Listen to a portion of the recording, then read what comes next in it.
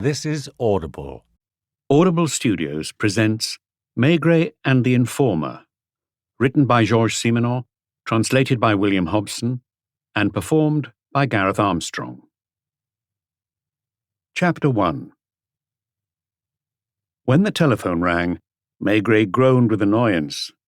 He hadn't the slightest idea what time it was, and it didn't occur to him to look at the alarm clock. He was emerging from a deep sleep, and still felt a tightness in his chest. He shuffled over to the telephone in bare feet like a sleepwalker. "Hello?"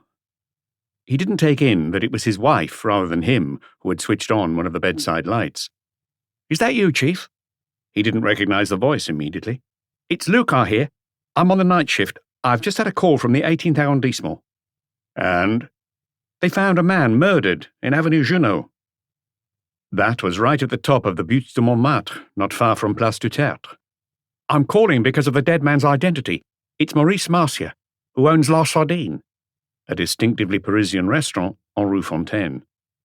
"What was he doing on Avenue Junot?" "Apparently he wasn't killed there. First impressions are that he was left there when he was already dead." "I'm on my way." "Do you want me to send a car to pick you up?" "Yes." Madame Maigret had been watching him from her bed throughout this exchange, but now she got up and felt around for her slippers. "I'll go and make you a cup of coffee." It was a bad night for it, or maybe too good a one. It had been the Maigret's turn to have the Pardons over for dinner. There was an unspoken agreement between them, consolidated over the years. Once a month, Dr. Pardon and his wife would have the Maigrets over to dinner at their apartment in Boulevard Voltaire. Then 2 weeks later, it would be their turn to come to Boulevard Richelieu. The wives would cook up a storm and swap recipes, while the husbands would chat idly over a glass of sloe gin or raspberry brandy.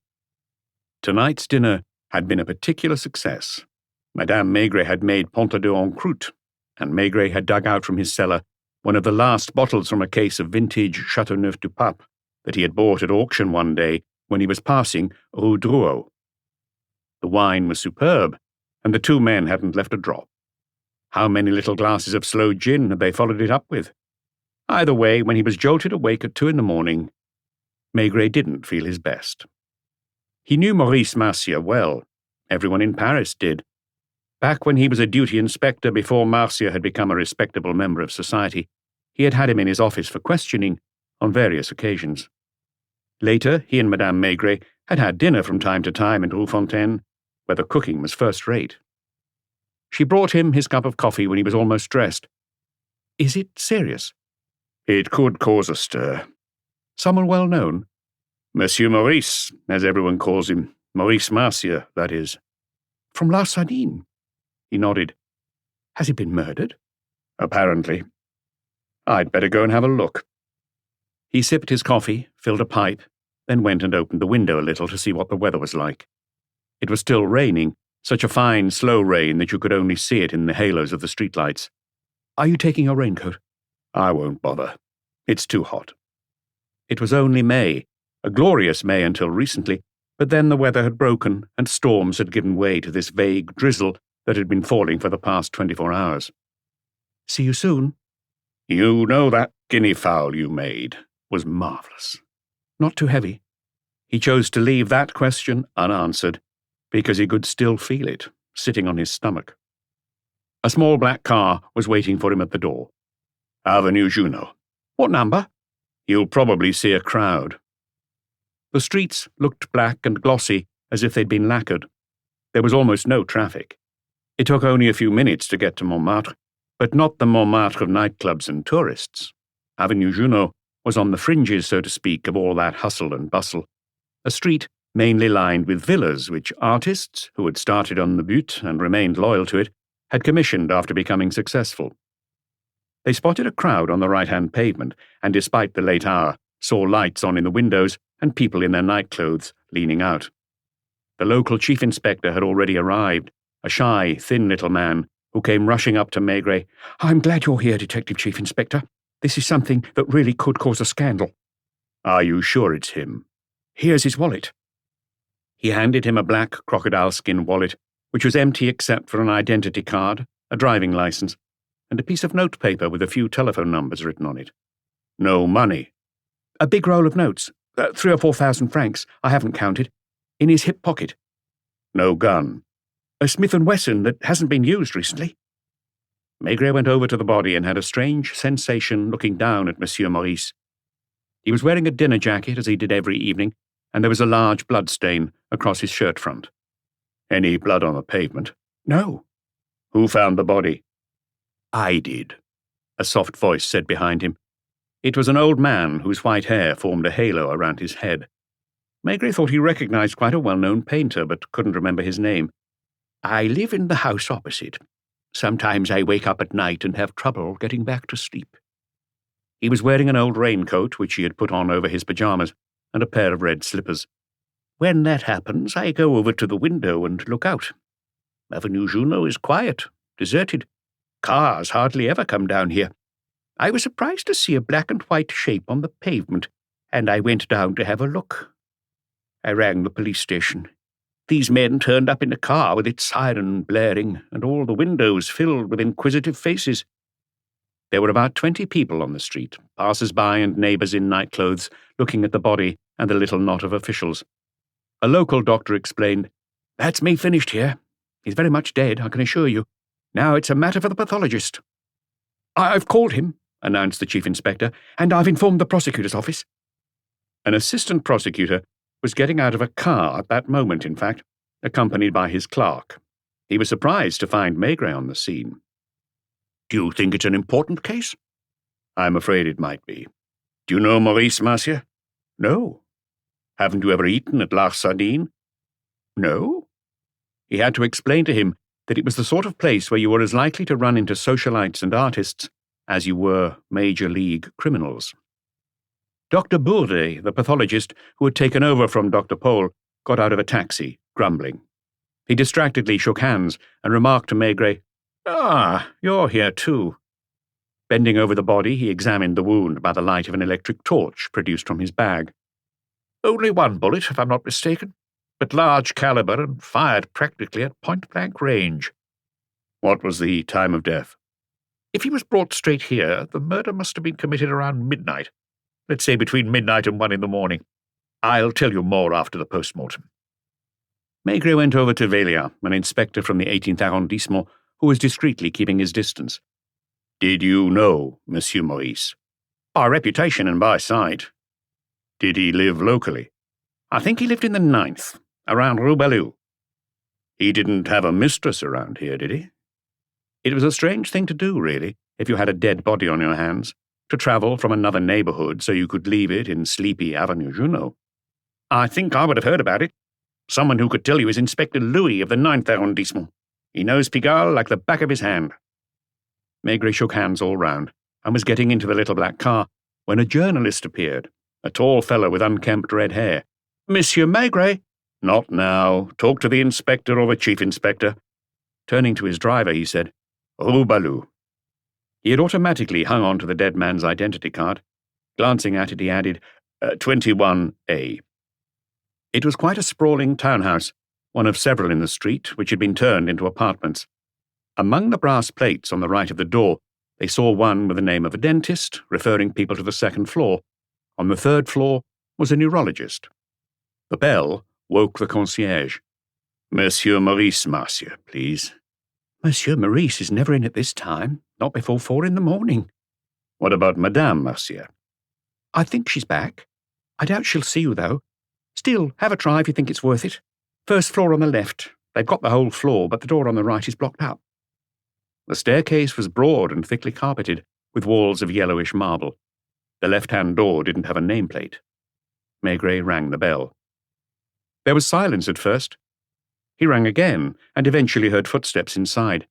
Through the door, a woman's voice asked sleepily, Who is it? Detective Chief Inspector Maigret. My husband isn't at home. Go and ask at the restaurant, Rue Fontaine. Your husband isn't there, either. Have you been there? No, but I know he's not there. Wait a moment, while I put something on. When she opened the door, she was wearing a golden-yellow dressing gown over a white silk nightdress.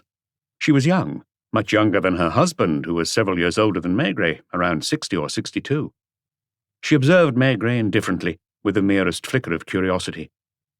"Why are you looking for my husband at this time of night?" She was tall and very blonde, with the thin, lithe body of a model or a chorus girl. She couldn't have been more than 30. Come in." She opened the door to a large drawing room and turned on some lights. "When did you see your husband last?" "Around 8, as usual, when he left for Rue Fontaine." "In his car?" "Of course not. It's 500 meters away." "Doesn't he ever take his car?" "Only when it's pouring with rain." "Do you sometimes go with him?" "No." "Why not?" "Because it's not my place. What would I do there?" "So you spend your evenings here, do you?" She seemed surprised by these questions, but didn't take offense. She didn't show much curiosity either. "Most of them. Like everyone, I sometimes go to the cinema." "You don't drop in and say hello when you're passing?" "No." "Did you go to the cinema tonight?" "No." "Did you go out?" "No. Except to walk the dog. I only stayed out for a few minutes because it was raining." "What time, roughly?" 11, maybe a little later."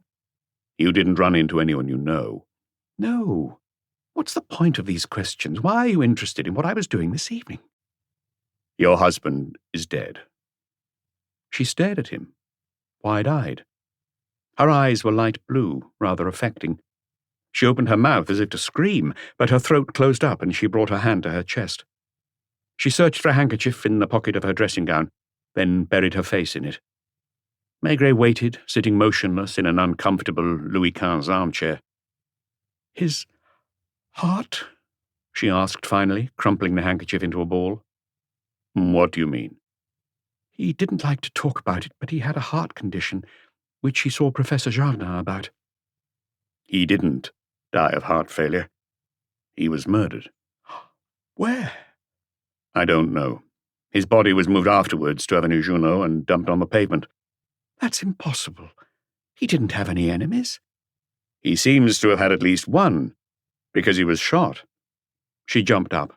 "Where is he now?" "At the Forensic Institute." You mean they're going to—" "Perform a post-mortem, yes. There's no way round it." A little white dog trotted slowly down the corridor and rubbed itself against its mistress's legs. She seemed oblivious. "What are they saying at the restaurant?" "I haven't been there yet. What could they say?" "Why he left La Sardine so early. He's always the last to leave. He locks the door before cashing up." "Have you worked there?" "No, it's just a restaurant. They don't have dance numbers or singing acts." "Did you used to be a dancer?" "Yes." "Don't you dance any more?" "Not since I got married." "How long ago was that?" 4 years." "Where did you meet him?" "At La Sardine. I used to dance at the Canary. If we didn't finish too late, I'd sometimes go and have something to eat there." "Is that when he noticed you?" "Yes." "Were you a hostess, too?" She pulled a face. "It depends what you mean by that. If a customer asked us, we wouldn't refuse to drink a bottle of champagne with him, but that's as far as it went." "Did you have a lover?" "Why do you ask me that?" "Because I'm trying to find out who could have a grudge against your husband." "Well, I didn't have one when I met him." "Was he jealous?" "Very." "Were you?" "Don't you think, Detective Chief Inspector, this line of questioning is a little distasteful when a woman has just learned of her husband's death?" "Do you own a car?" "Maurice recently gave me an Alfa Romeo." "What about him? What car did he have?" "A Bentley." "Did he drive?" "He had a driver, but he did drive himself sometimes." "I'm sorry to have been so unpleasant. Unfortunately, it's my job." He stood up, sighing. The large drawing room, which had a magnificent Chinese carpet in the center, was perfectly silent. She showed him to the door. "I may have further questions in the next couple of days. Would you rather I called you in to Quai des Orfèvres or came to see you here?" "Here." "Thank you," she replied with a curt good evening. His stomach still felt strange, and his head was heavy. La Sardine, Rue Fontaine. A few expensive cars were still parked in front of the restaurant, and a liveried doorman was pacing about on the pavement. Maigret went in and took a breath of cool, air-conditioned air. A head waiter he knew well Raoul Comitat came rushing up. "A table, Monsieur Maigret?" No. "If you're after the boss, he's not here." The head waiter was bald and sickly-looking. That's unusual, isn't it? "It almost never happens." The restaurant was spacious, with 20 or 25 tables. The beams on the ceiling were exposed, the walls panelled in old oak up to 3/4 of their height. Everything was heavy, opulent, but free of most of the tasteless elements that are invariably part and parcel of the rustic style. It was after 3 o'clock. There were only about 10 people left, predominantly actors and performers, eating quietly. What time did Marcia leave? "I couldn't tell you exactly, but it must have been around midnight." Didn't that surprise you? "It certainly did. I doubt it's happened more than 3 or 4 times in 20 years. Besides, you know what he's like. I've served you and your wife a number of times, always in his dinner jacket, standing there with his hands behind his back, watching. Looks as if he never moves, but he sees everything. You think he's out front, and he's already in the kitchen or the office." Did he say he was coming back? "He just muttered, 'See you in a while.' We were by the cloakroom. Yvonne handed him his hat. I reminded him it was raining and suggested he take his raincoat, which I could see on a hook. 'No need. I'm not going far,' he said." Did he seem concerned? "It was hard to tell from his expression." Angry? "Definitely not." Did he get a telephone call just before he left? "You'll have to ask at the desk. All the calls go through the cashier. But tell me, why these questions?" Because he's been shot dead, and his body has been found lying on the pavement in Avenue Junot." The head waiter's features stiffened, and his lower lip started to tremble slightly. That can't be," he muttered to himself. "Who could have done that? I can't think of a single enemy he had. He was a good man, deep down, very happy, very proud of his success. Was there a fight?" No. He was killed somewhere else and then taken, probably by car, to Avenue Junot. You said he was wearing a hat when he went out, didn't you? "Yes." There had been no sign of a hat on the ground in Avenue Junot. I've got a few questions to ask the cashier. The head waiter hurried over to a table that was asking for the bill. The bill was ready, and he put it on a plate, half covered with a napkin. The cashier was a small, slender brunette, with beautiful dark eyes. I'm Detective Chief Inspector Maigret. "I know." There's no reason to keep you in the dark any longer. Your employer has just been murdered. "So that's why you and Raoul looked as if you were plotting. I'm stunned. He was standing right where you are only moments ago." Did he get any telephone calls? Only one, just before he left." From a man? A woman? "That's just what I wondered. It could have been either a man with a slightly high-pitched voice or a woman with a rather deep one."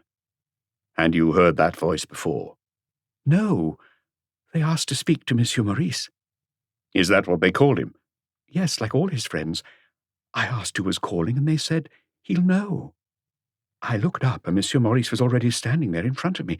'Is it for me? What name did they give?' 'No name.' He frowned and reached for the telephone. 'Who is this?' Naturally, I couldn't hear what the person on the other end was saying.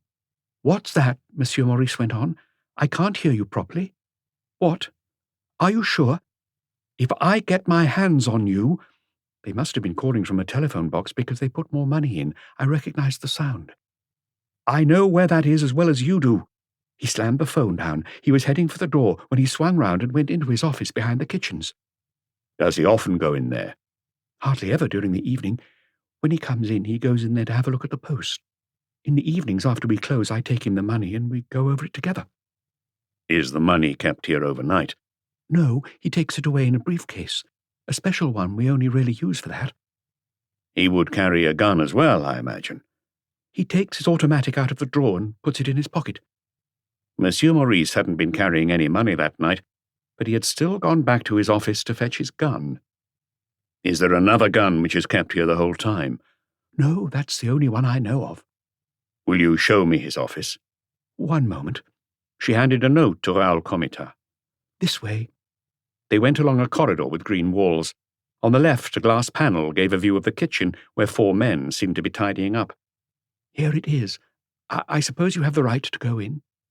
The office was simple, not ostentatious. 3 good leather armchairs, a mahogany Empire desk, a safe behind it, and some shelves with a few books and magazines. "Is there any money in the safe?" "No, just the accounts. We don't really need it. It was there when Monsieur Maurice bought the restaurant, and he never had it taken out." "Where was the gun usually kept?" "In the right-hand drawer." Maigret opened it. There were papers, cigarettes, cigars, but no automatic. "Does Madame Marcia often ring her husband?" "Hardly ever." "Did she ring him this evening?" "No, the call would have come through me." "What about him? Doesn't he ring her?" "Really, I can't remember the last time he did. It was some time before last Christmas." "Thank you." Maigret was feeling the weight of his tiredness and collapsed onto the back seat of the little black car. Boulevard Richelieu. The rain had stopped, but the ground was still glistening and the sky was clearing in the east. He had a vague sense that something about all this didn't add up. It was true that Monsieur Marcia was no saint. He had had a pretty turbulent youth and had been convicted of procuring a number of times. Then he had risen through the ranks when he was about 30, becoming proprietor at what at the time was one of the most famous brothels in Paris, in Rue de Hanovre. The brothel wasn't in his name. He spent the better part of his afternoons at the races, and if not, was generally to be found playing cards with other crooks in a bistro on Rue Victor Massé. Some people called him the Judge. They claimed that when there was a dispute between figures in the underworld, he would have the final say. He was a good-looking man, dressed by the best tailors, never wore anything but silk underwear. He was married and already living on Rue Balou at the time. He was growing stouter with age, which gave him added gravitas. Wait, Maigret had forgotten to ask the cashier if the person who had called had had an accent. That could prove important at some stage. For the moment, though, he was at a complete loss. He remembered something Maurice Marcia had said during one of their last encounters at Quai des Orfèvres. Marcia hadn't been a suspect himself, but his barman seemed to have been involved in a hold-up of a branch of one of the big banks in Puteaux. "What do you think of this Freddy?" The barman was called Freddy Strazia and came from Piedmont. "I think he's a good barman." "Do you reckon he's honest?" "Well, Inspector, it depends what you mean by that. There's honest and then there's honest.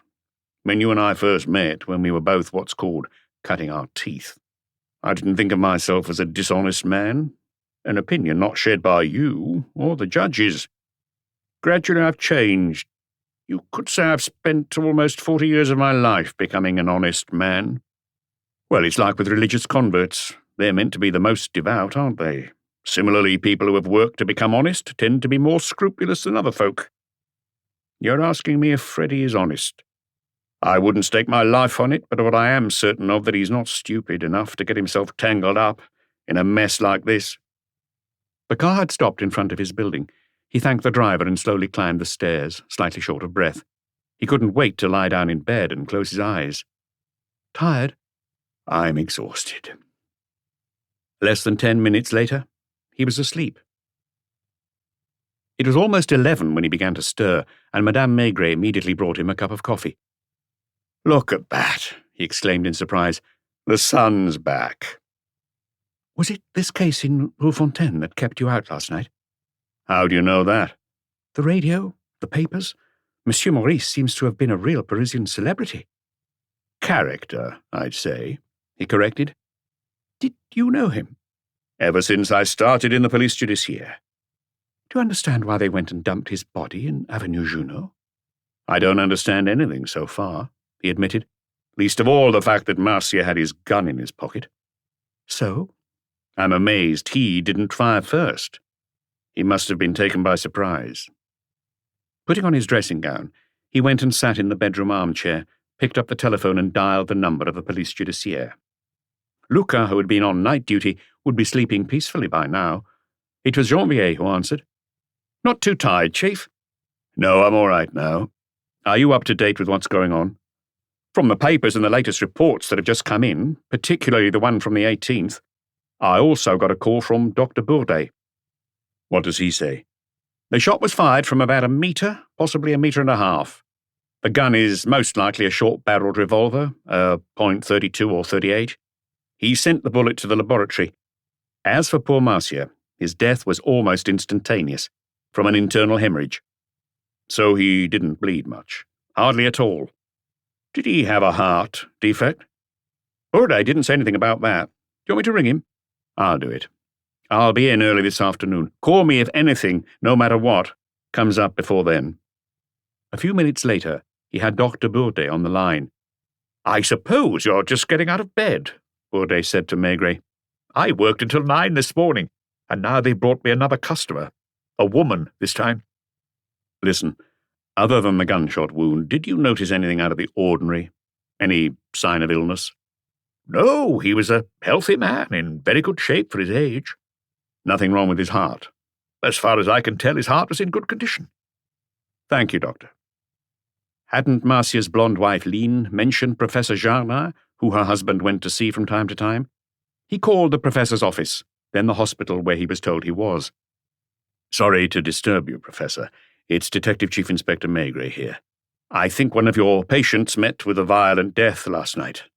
Maurice Marcia. The Montmartre restaurant owner? Yes. I only saw him once. I think he was planning to take out life insurance, and before undergoing the official medical, he wanted to see a doctor of his own choosing. What were the results? His heart was in perfect condition. Thank you. Well, asked Madame Maigret, was he ill? No. Why did his wife tell you? Your guess is as good as mine. Would you mind getting me another cup of coffee? What do you want to eat?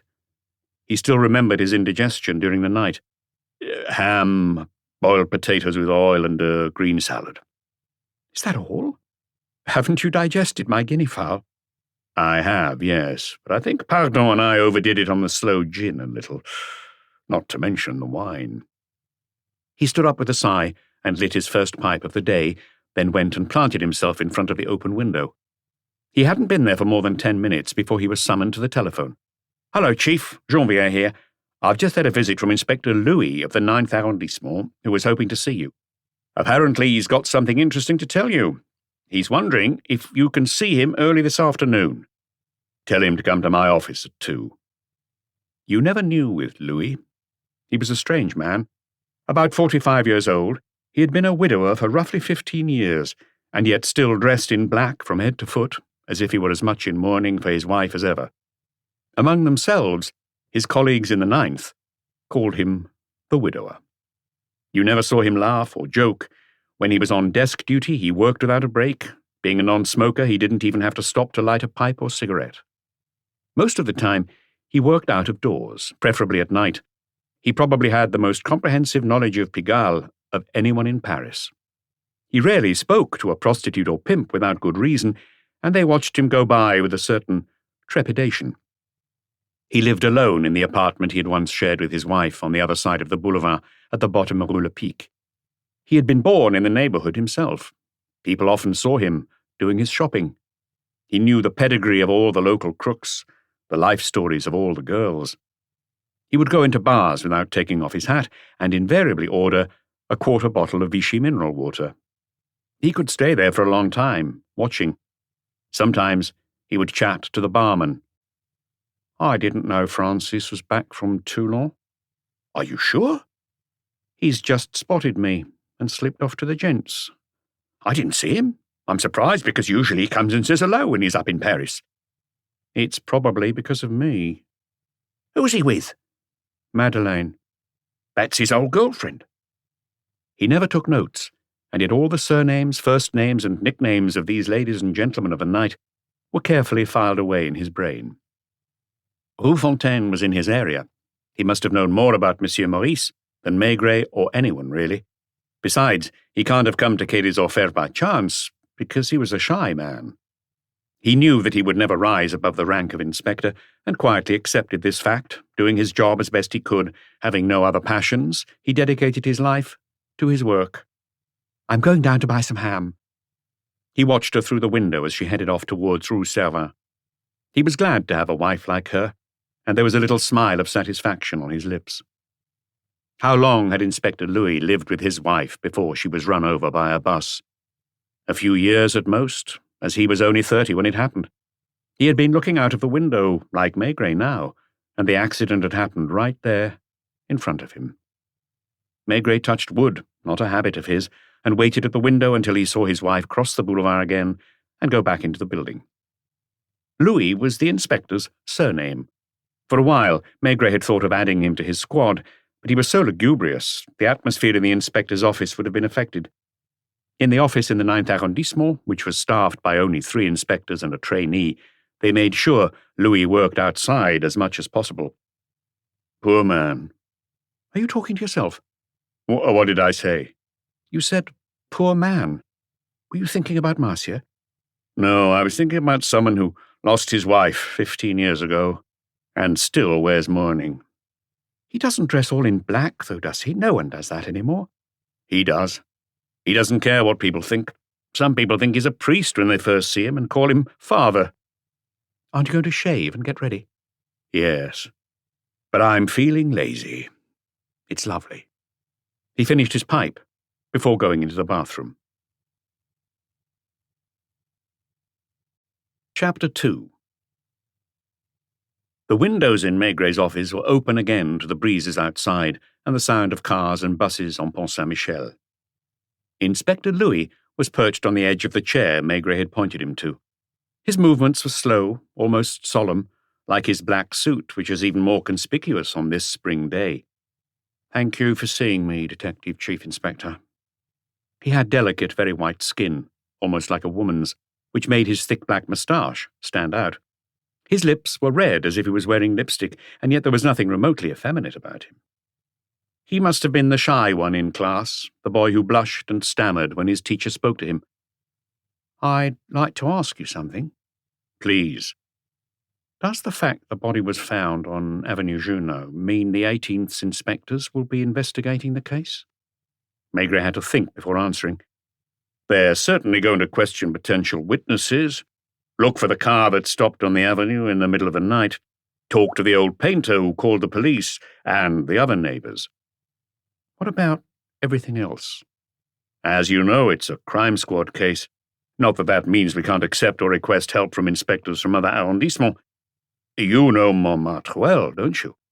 I was born there, and I still live there. Have you come into contact with Maurice Marcia? With him and his staff. He blushed. He must have been making a great effort to say everything he had come to say. You see, I mainly work at night, so I've ended up getting to know everybody. They're used to me in Pigalle. I exchange a few words with this person or that person. I go into the bars and cabarets where they give me a quarter bottle of Vichy without waiting for me to order anything. I imagine you've come to see me because you've got an idea about Marcia's murder. I think I know who killed him. Leaning back in his chair slightly, Maigret took a gentle drag on his pipe and studied the inspector with curiosity, even a certain fascination. Do you have anything to back up your suspicions?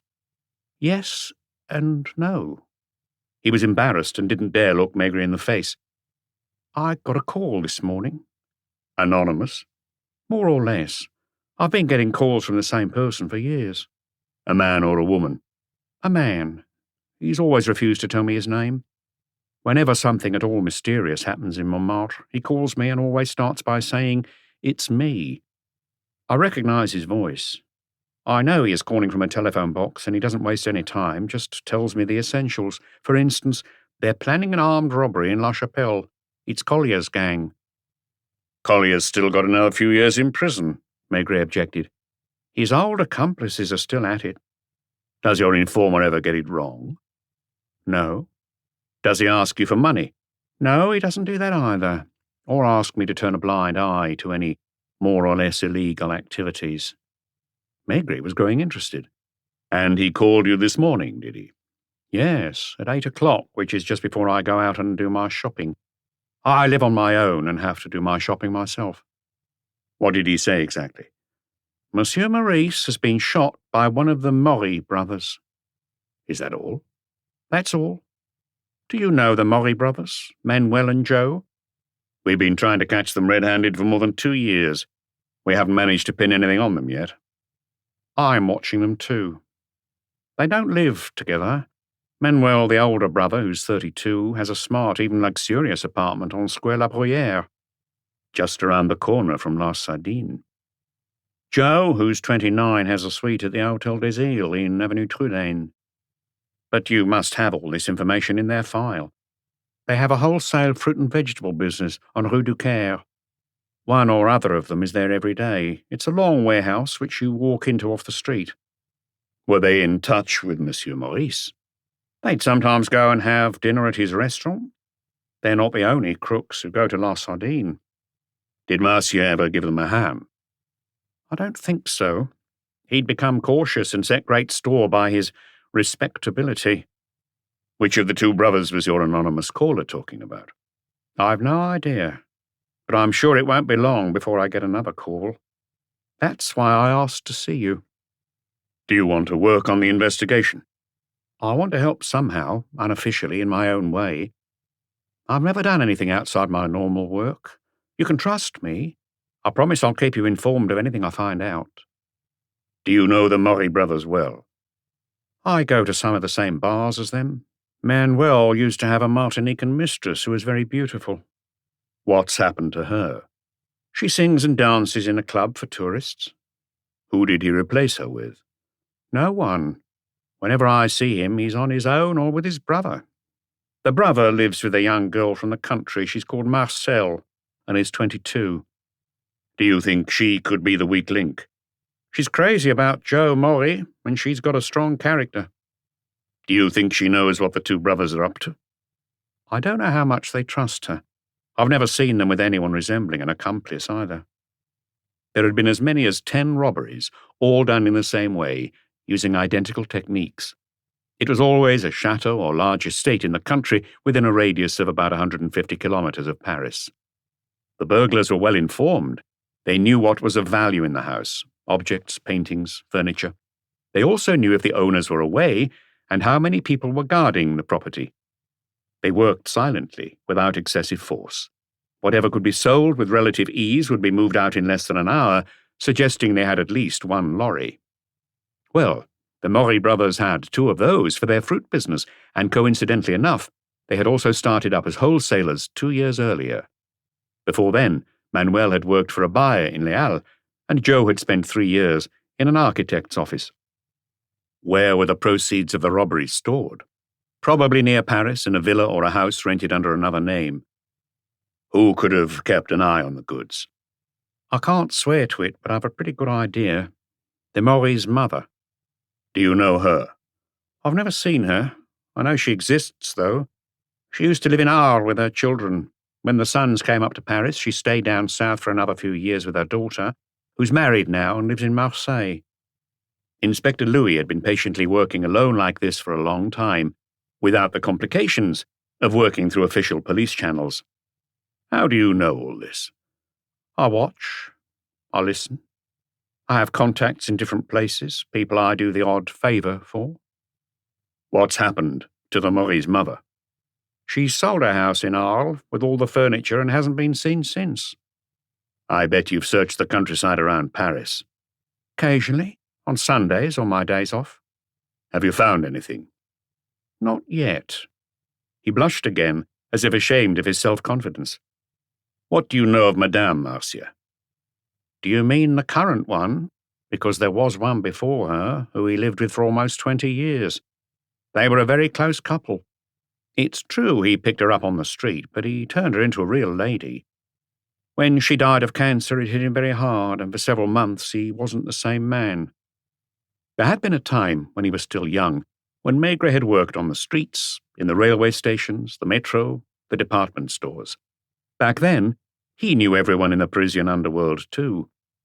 But now he was shut up in an office, and his boss was shocked if he interviewed suspects in their homes or ferreted around outside. Where did he find his second wife, Line, the one he was living with? She worked as a dancer at the Tabarin first, then the Canary. I think that's where he met her. Despite her profession, she was discreet, dressed conservatively, and never slept with clients, apparently.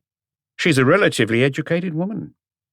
Aren't you going to tell me about her background, where her parents are from, what she studied at school? Inspector Louis blushed again. She was born in Brussels, where her father worked in a bank. She went to school until she was 18, then followed him into the bank.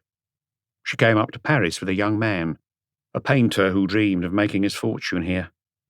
Success did not come as quickly as he had hoped. Lene started working in a shop on the Grand Boulevard as a sales girl. The painter dumped her, and she ended up at the Tabarin, where she had a walk-on part at first. Maigret had known the inspector for years, although it was true their paths rarely crossed and they had little contact with each other.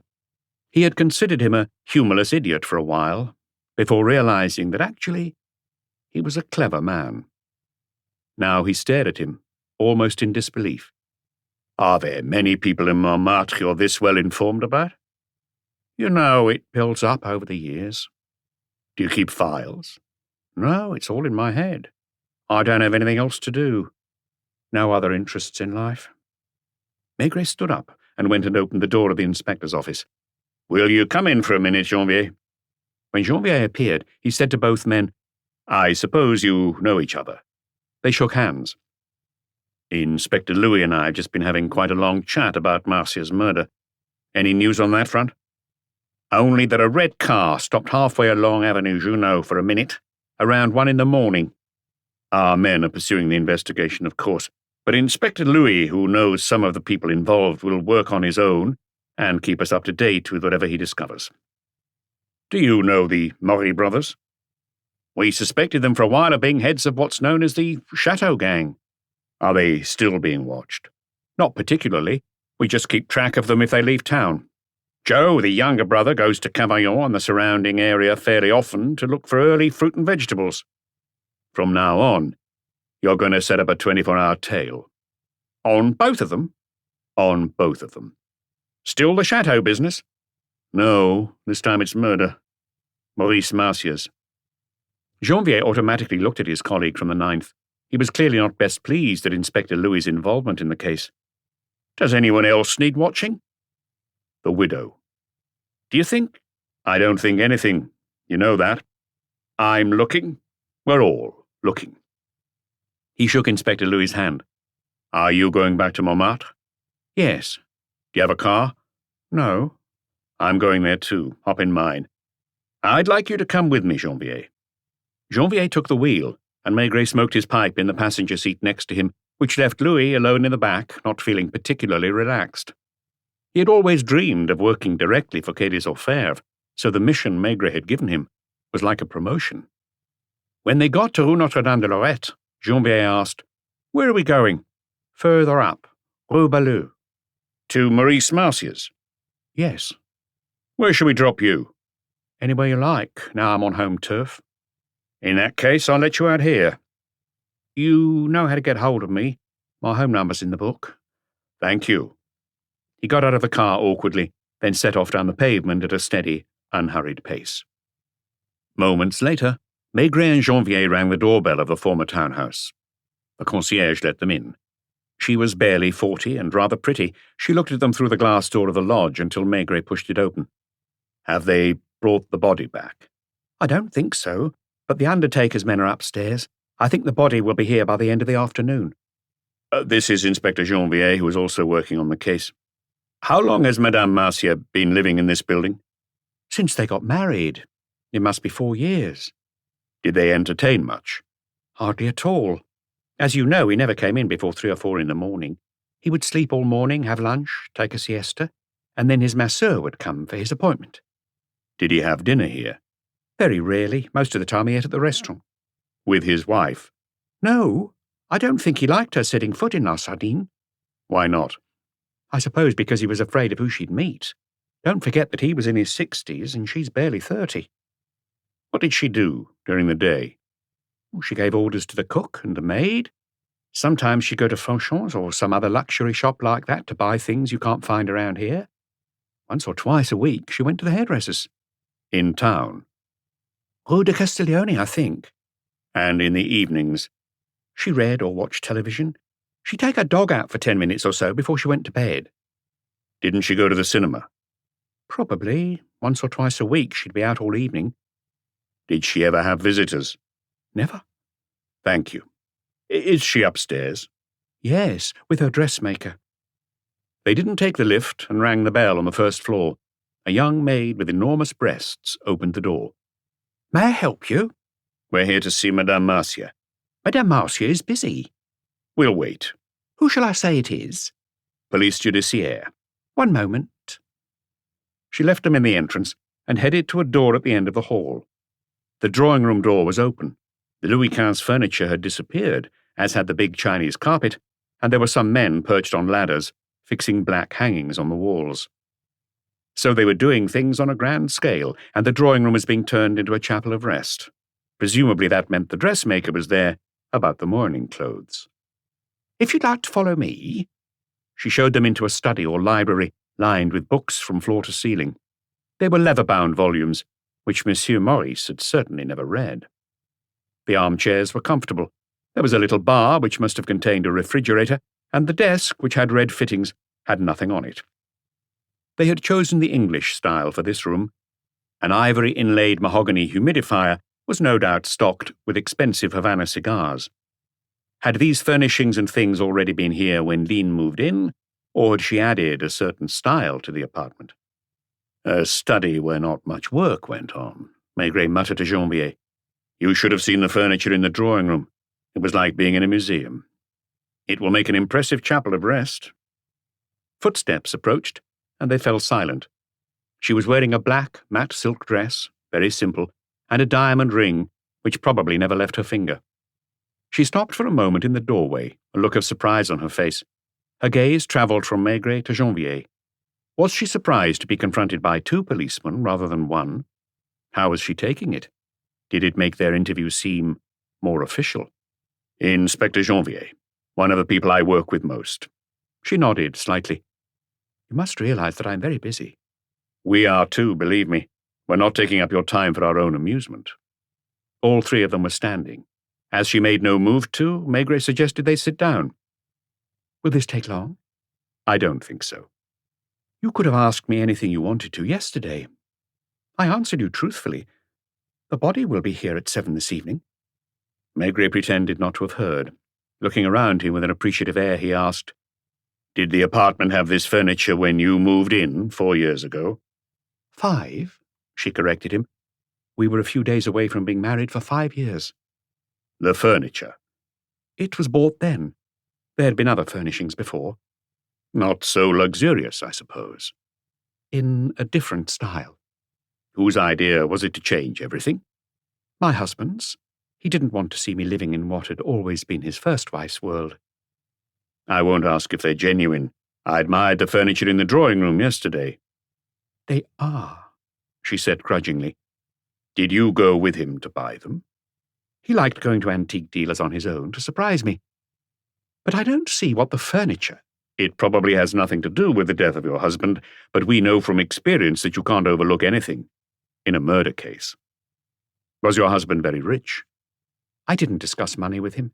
I only know that his restaurant was very successful and that he went to a lot of trouble to ensure it stayed that way. He was very much in love. What makes you say that?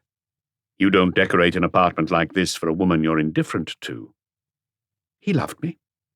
I imagine you married under the convention of common assets? That's normal, isn't it? When is the funeral? The day after tomorrow at the church of Notre-Dame de Lorette.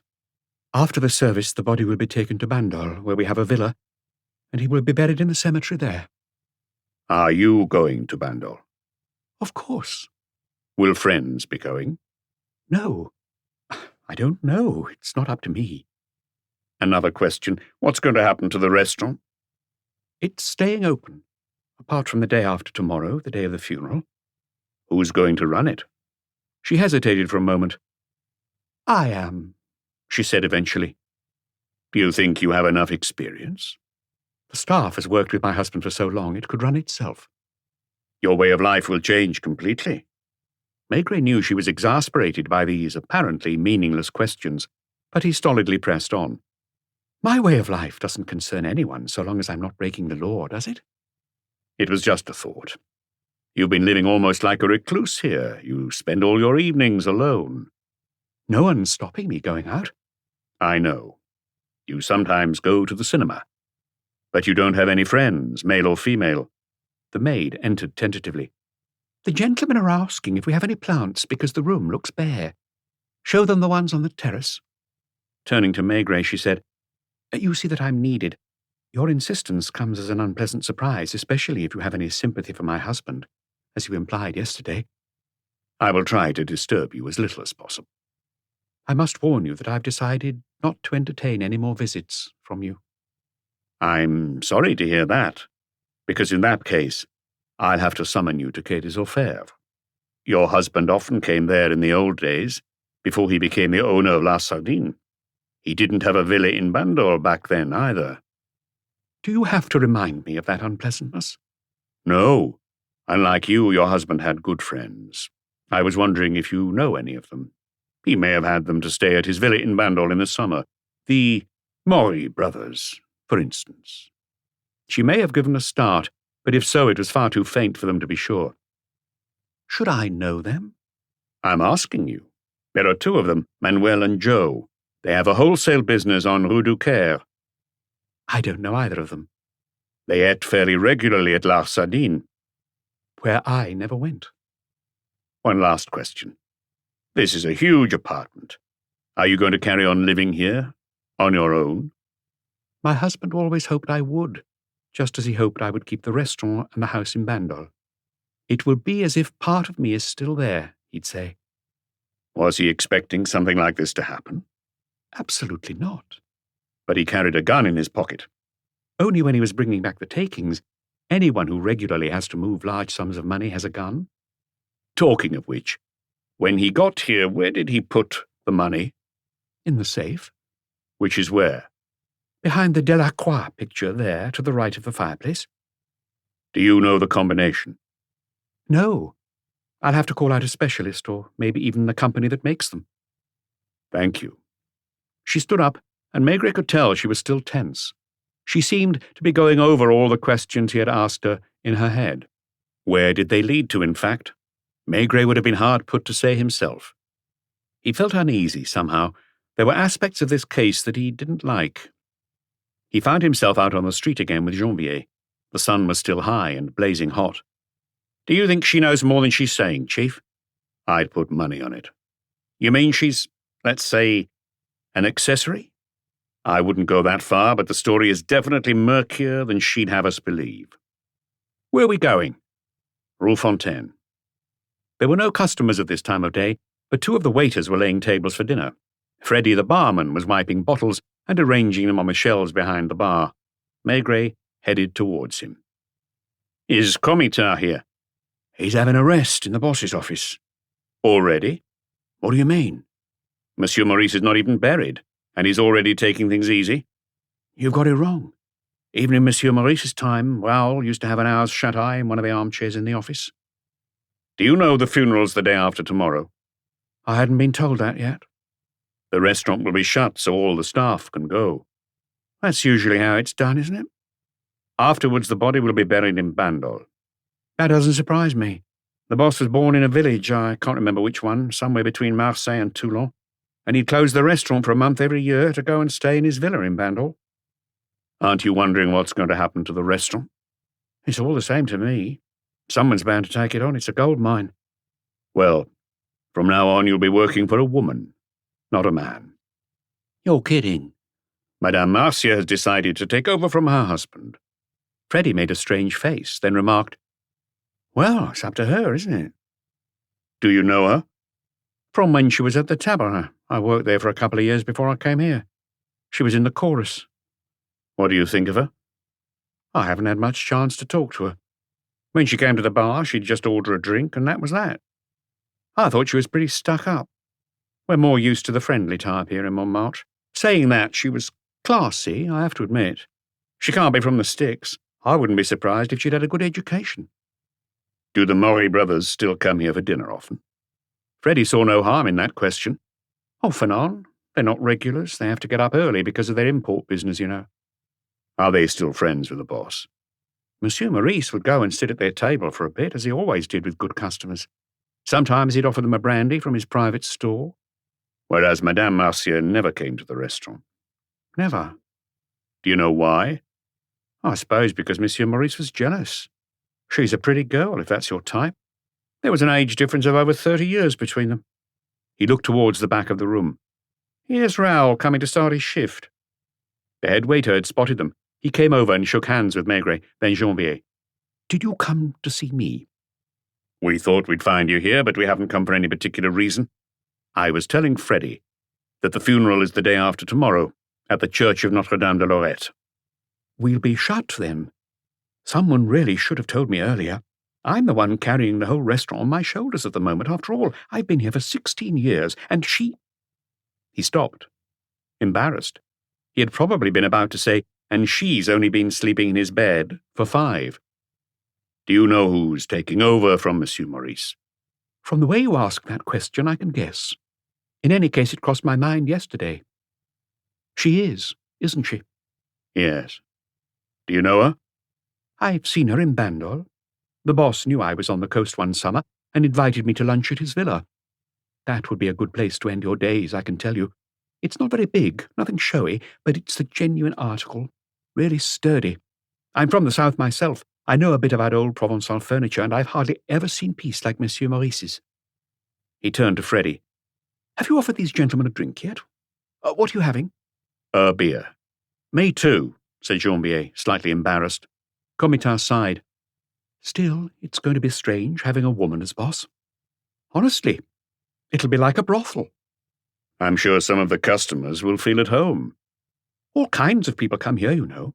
Ministers, artists, directors, even bankers, lawyers too, and doctors, not to mention, as you just said, a few ex-crooks.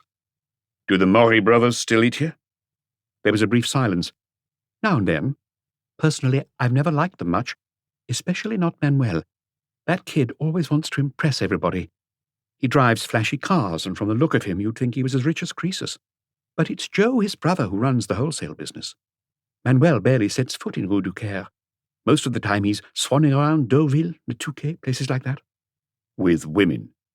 He can't have any trouble on that front because he's good-looking, but I don't know that he has anything serious on the go. Not that it's any of my business, though. The boss seemed to have a bit of a soft spot for him. One thing surprises me. Monsieur Maurice seemed very in love and very jealous of his wife. He left her alone at home with the cook and the maid. But if I understood the cashier correctly yesterday, he never bothered to call her, even just to say good night. How would you know? What do you mean? Was the cashier lying? She wasn't lying, but she doesn't know any more about it than I do. The boss would often ask to have an open line put through to his phone, and then go to his office, so he could have called whoever he wanted. Was that a regular occurrence? Once or twice an evening. Do you think he was calling his wife? He may have been taking care of other things, but he must have called her too. And if she hadn't been there? The head waiter looked at him without answering. You have to assume that never happened, he muttered after a while. It wasn't hard to guess what he was thinking. The cashier had taken up her post behind the little counter reserved for her and was getting the till ready. Do you mind if I go and have a quick chat with her? Make yourself at home, Detective Chief Inspector. When Maigret tried to pay for the 2 beers, he added, On the house.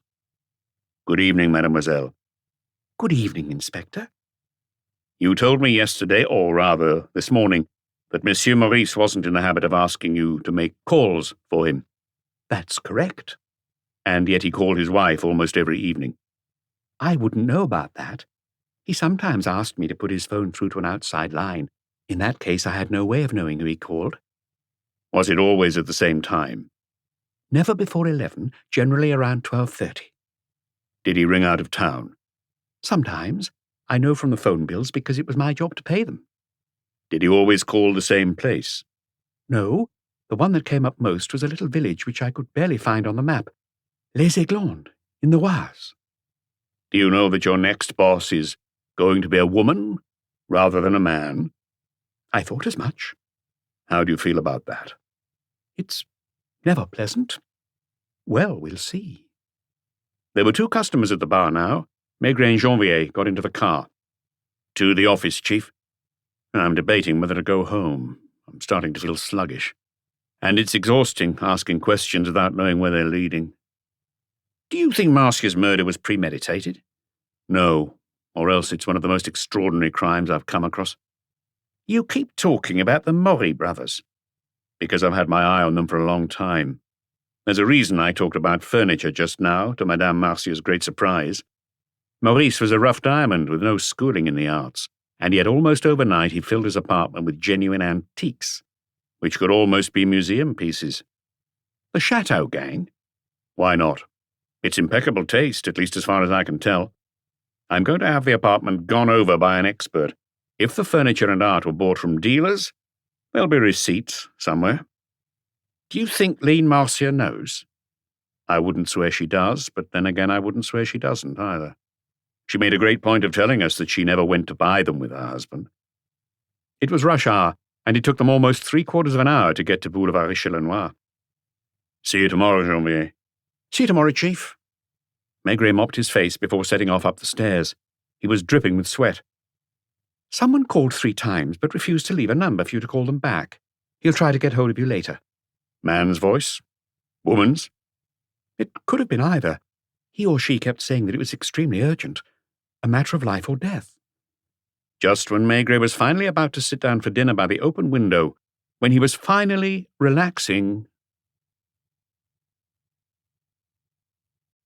Chapter 3. It wasn't until around 9 that the ringing telephone echoed through the apartment. Maigret hurried over to pick it up, switching off the television on the way. Hello, Detective Chief Inspector Maigret. The famous voice, at last. You don't know me, but I know you. I saw you again this afternoon when you visited Lean Marcia, and then when you went to La Sardine. People had described an indeterminate voice, one that could have been a man's or a woman's. To Maigret, though, it sounded more like a boy's voice that was breaking, and a meaningless phrase came into his head, a nutcracker voice. It constantly veered from bass to treble and back again. Who are you? My name wouldn't mean anything to you. Inspector Louis doesn't know it either, even though I've been calling him on and off for years now. I tried to reach him today, but he's not at home or in his office, so I decided to speak to you directly. So come on, tell me, when are you arresting him? Who? You know as well as I do. Manuel Maury, because it's the older brother this is about. Maigret heard the clatter of coins. The stranger was calling from a telephone box. It's very urgent, Detective Chief Inspector. It's a matter of life or death for me. You've put detectives on the trail of the 2 brothers. I spotted them immediately. The Maurys are professionals, and they're bound to have spotted them too. They'll realize someone's talked, and these guys know me. They'll be sure to think of me.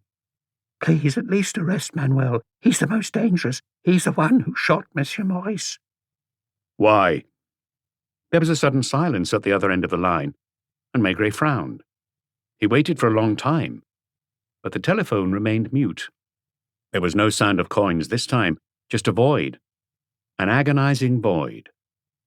Did he tell you who he was? Madame Maigret asked. No.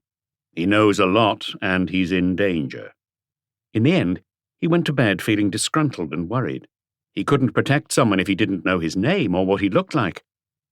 When he went into Quai des Enfers the following morning, it was already hot. He spotted Inspector Louis waiting for him on one of the benches in the long corridor. Are you here to see me? Yes, sir. Have you heard from your public-spirited informer? Yes, he rang me early in the evening.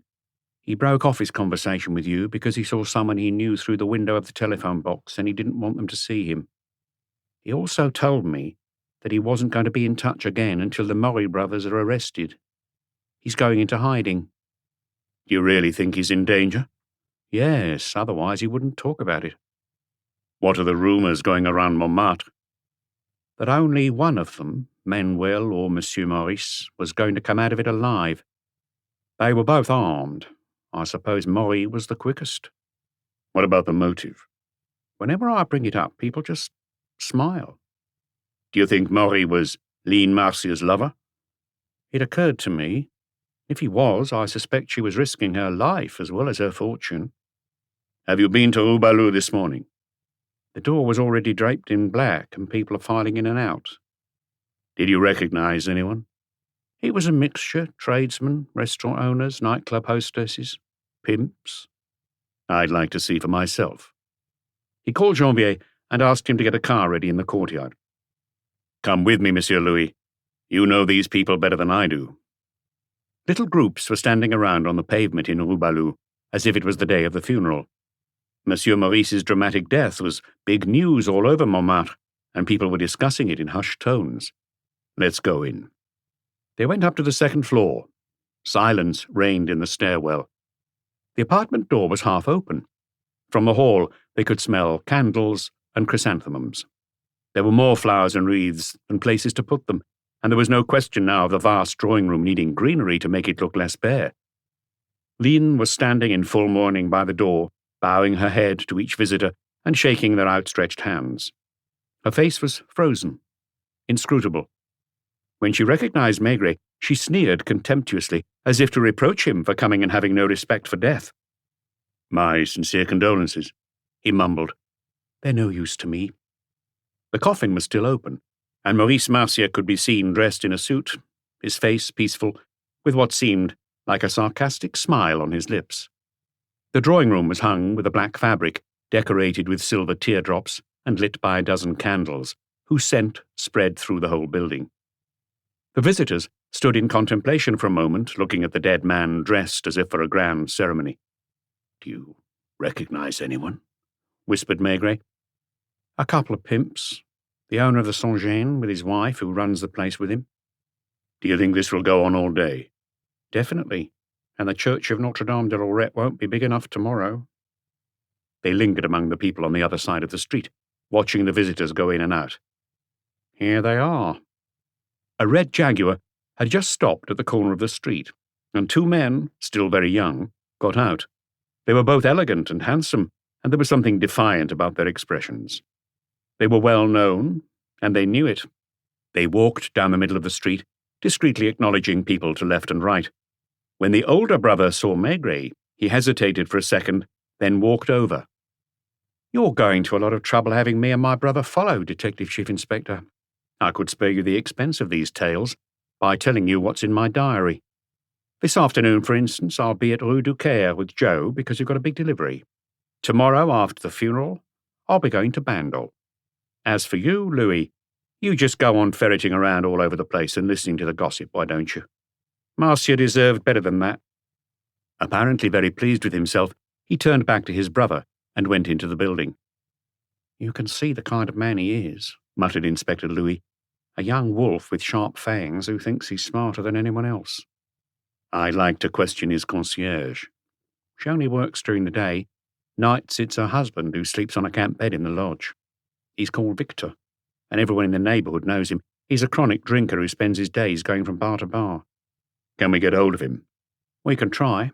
Square La Bruyère and Place Saint-Georges are the places to start."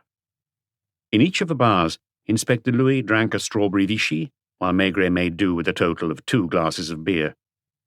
"You haven't seen Victor, have you?" "He came by half an hour ago. He must have been starting his rounds because he wasn't drunk yet." When the 2 men caught up with him in the 6th bar, he was well on his way. "Oh, look, Inspector Louis. A quarter bottle of Vichy for the inspector. What about you, big man?" He was the sort of wreck to be found under the bridges. His shirt was open, showing his chest, and one of the pockets had come unstitched and was hanging off. "I bet you come to see me. Who's this guy? A doctor?" "Why would a doctor be interested in you?" "It wouldn't be the first time. They tried to lock me up even though I'm the gentlest soul in the world." That made him laugh. "This is Detective Chief Inspector Maigret." "I've heard that name. What does Detective Chief Inspector Maigret want from me?" "You sleep in the lodge at night, don't you?" "Since my wife got sick and the doctors told her to rest." "How many tenants are there in the building?" "I've never counted. 2 apartments on each floor and roughly 3 people in each apartment. Do the sums yourself. Maths and me fell out a long time ago." "Do you know Monsieur Murray well?" "I'd say he was a friend." "Why?" "Because from time to time when he comes in, he slips me a bottle. It never occurs to anyone else that I might be thirsty." "Does he usually come in late?" "Depends what you call late. Give me another, Gaston." The cheap red trickled down his unshaven chin. Midnight? Midnight what? Does he come in around midnight? Or 5 in the morning, depends on the night. When his girl comes to see him. You mean he comes in with women? No, monsieur, not with women. With a woman. Always the same one, then? Always the same one, then. Exactly. Tall? Not quite as tall as him, but taller than me. Thin? Blonde? What's wrong with thin and blonde?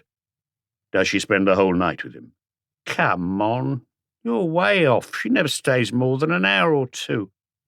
Do you know her name? I'm not the police, am I? What about you? Do you know my name? Victor. Victor who? You think I don't have a surname like everybody else? Well, I'm called Macaulay, same as my father and mother, and I was born near Arras. What do you say to that?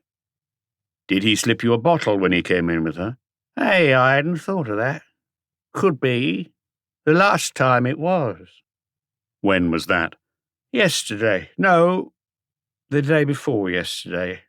I'm losing my sense of time a bit. The days and nights are all the same. It was when the people on the first floor had a soiree, as they called it. The ceiling shook over my head and champagne corks were going off all night.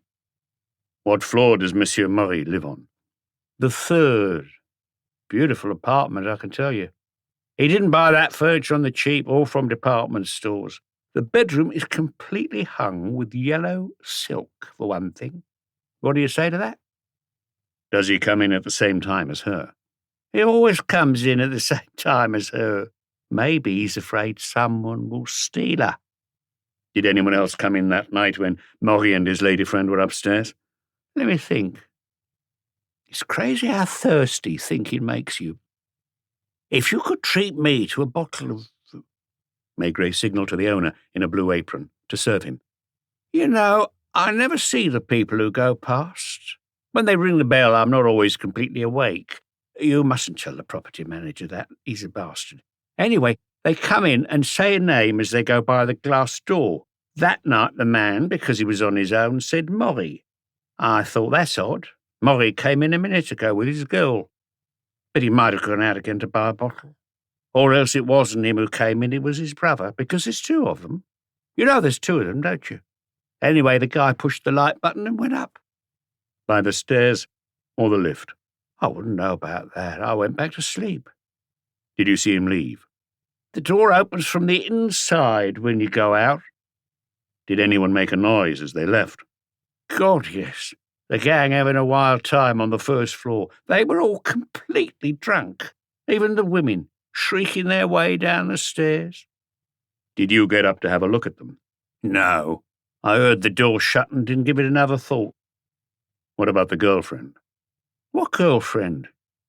You've got one bad habit, Inspector. You talk about everyone at the same time. Are you talking about the people on the first floor or Maury? Manuel Maury and his mistress. All right, that's clearer for a start. Although you've forgotten the brother. Did he leave on his own? The brother? I don't even know if it was the brother. Another glass of beer, ordered Maigret, his forehead covered with sweat. Fine. Let's say the visitor. I didn't hear him go past the lodge when he left. What about the girl? If you knew her, you wouldn't be talking about a girl. She's a real lady. The lady, then? She wasn't up there more than half an hour. Did you see her leave? No, definitely not. If I had to get up to take a look at everyone who goes out, I might as well not have a bed. Did Maury come down with a heavy bundle after that? Sorry, didn't see. Maury or the bundle, but I heard the car starting up. Maury's car? Yes, little red car, very powerful, that makes a lot of noise when it starts up. What time did he come back after that? I don't know. But when he said his name on the way past, I started to think that lot upstairs were pushing it a bit. If it wasn't for the drink... Was there a second bottle? No, but the first one wasn't a cheap red like this. It was cognac. Thank you, Victor, Maigret called after paying for the drinks. Once out in the street, he muttered, It seems that your informer— What do you mean, my informer? The character who rings you up with tips every now and then. I've never asked him to. I don't know him. Pity, because he seems to know a lot. After what I've just heard, I'm beginning to understand why he's afraid. Do you think the Morris could kill him? Or have him killed? I think they're capable of anything. I'm debating whether to ask the examining magistrate for an arrest warrant. For both of them? If the younger one is as dangerous as Manuel. What shall I do? Go on asking around the neighborhood. It's buzzing. That'll help. People will be talking among themselves, trading bits of information. Are you going to arrest them today? I'll go and see them at Rue du Caire first. Maigret nevertheless looked in on the examining magistrate on the way. Boutet, as he was called, was in his 50s and had known Maigret for a long time. Have you got the murderer for me already? Not exactly, but I am starting to get a clearer picture of it all. Maigret said what he knew. The two men sat across the desk from one another, smoking their pipes. When Maigret had finished, the magistrate growled, It's not much in the way of proof. I'd like to have an arrest warrant in my pocket when I go to see them, and a search warrant. For both brothers? That would be better. I don't know where the informer's hideout is. Joe is apparently as dangerous as Manuel. Boutet turned to his clerk. Make out 2 arrest warrants in the names of the Maury brothers, Manuel and Joseph. Maigret provided their addresses. The magistrate led him to the door. The case is going to cause a stir. It already has. I know. I've read the papers. One of them had the chilly headline, Maurice Mercier, gang boss killed by rival. Another referred to all Pigault's little mysteries and the part played by the police, their tendency to turn a blind eye. The investigation promises to be difficult, and it is legitimate to ask whether we will ever get to the bottom of this affair. Tomorrow's funeral is likely to attract a considerable crowd, since La Sardine's owner had friends not only in the neighborhood, but all over Paris. Not that they'll all be attending, it's true. As for Detective Chief Inspector Maigret, he refuses to make any sort of statement. So far, it's not even known if he will be going to Bandol tomorrow. When questioned, his only answer is, the investigation is proceeding. The Maurice warehouse was on the edge of Les Halles, which was physically intact. They hadn't started demolishing the buildings, but silent now that the trading had moved to Rungis. Rue du Caire was one of the many streets where you found wholesalers and warehouses rubbing shoulders with short-stay hotels and seedy bars.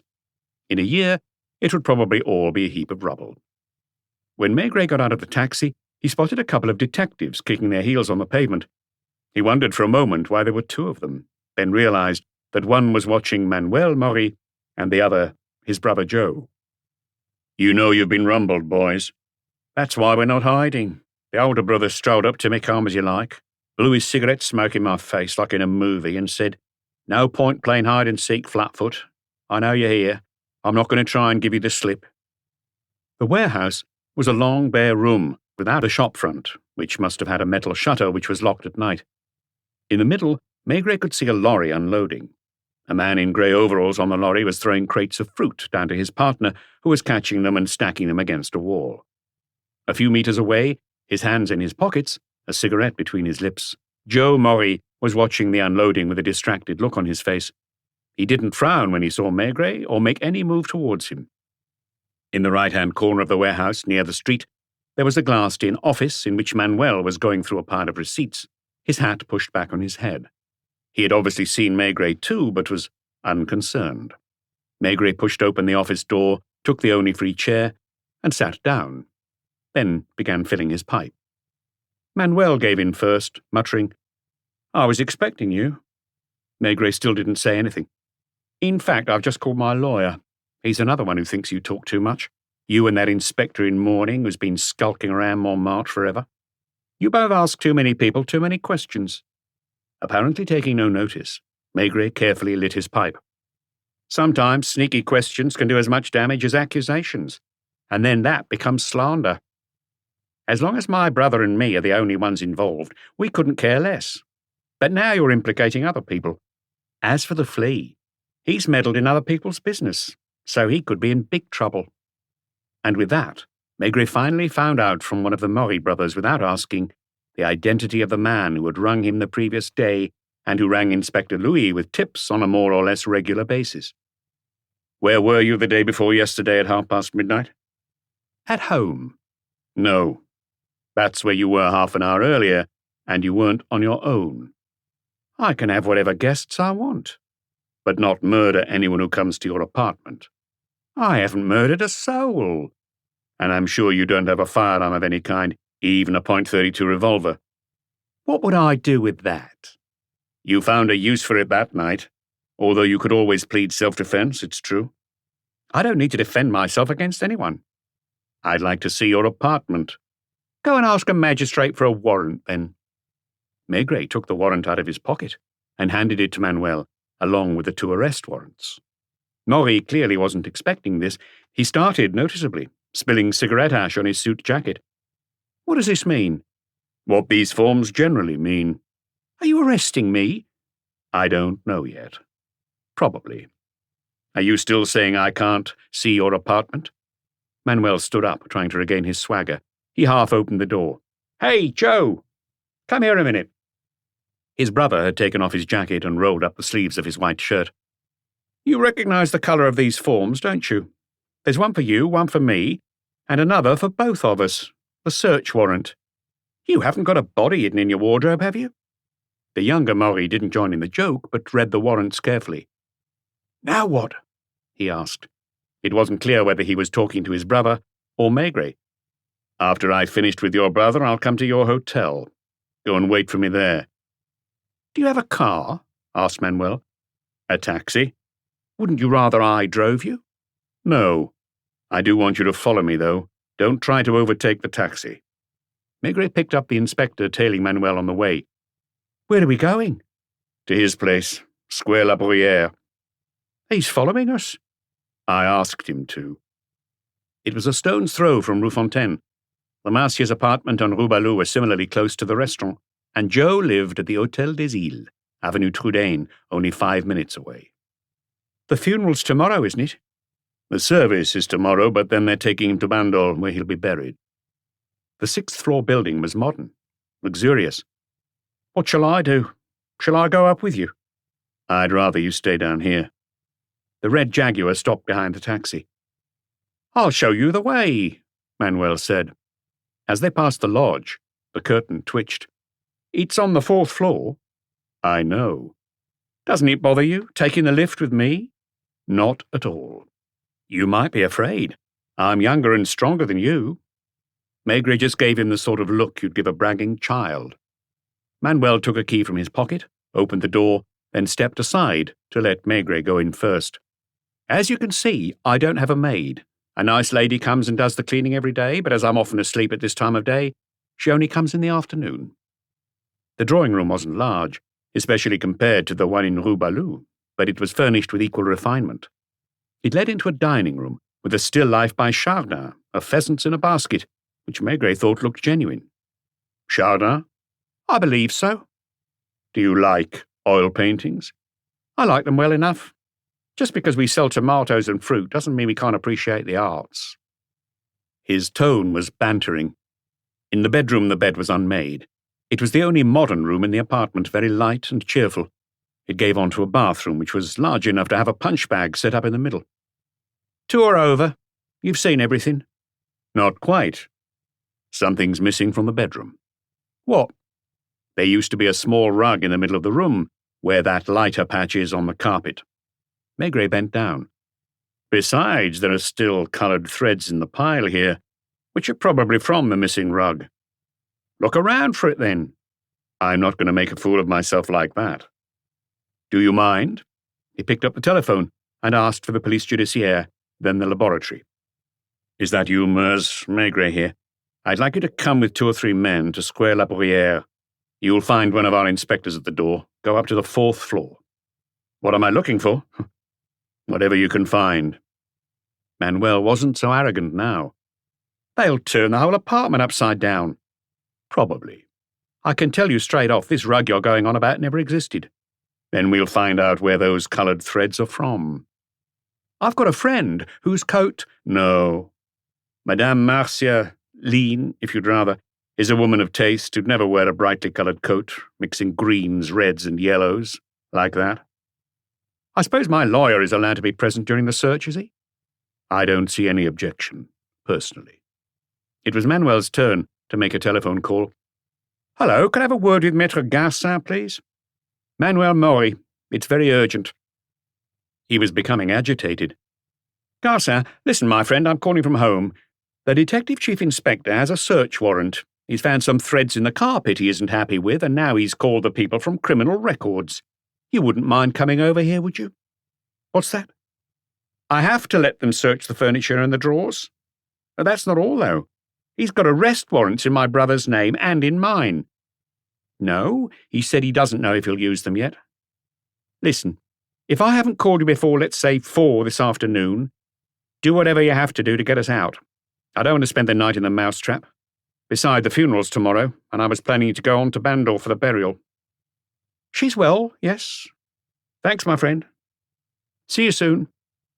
His conversation with his lawyer had bucked him up a bit. He was surprised when Maigret said, If you told me you were going to Bandor, what difference would that have made? I wouldn't have bothered with the warrants just now. I wasn't thinking of Lean, who I'm sure will need you. What are you implying?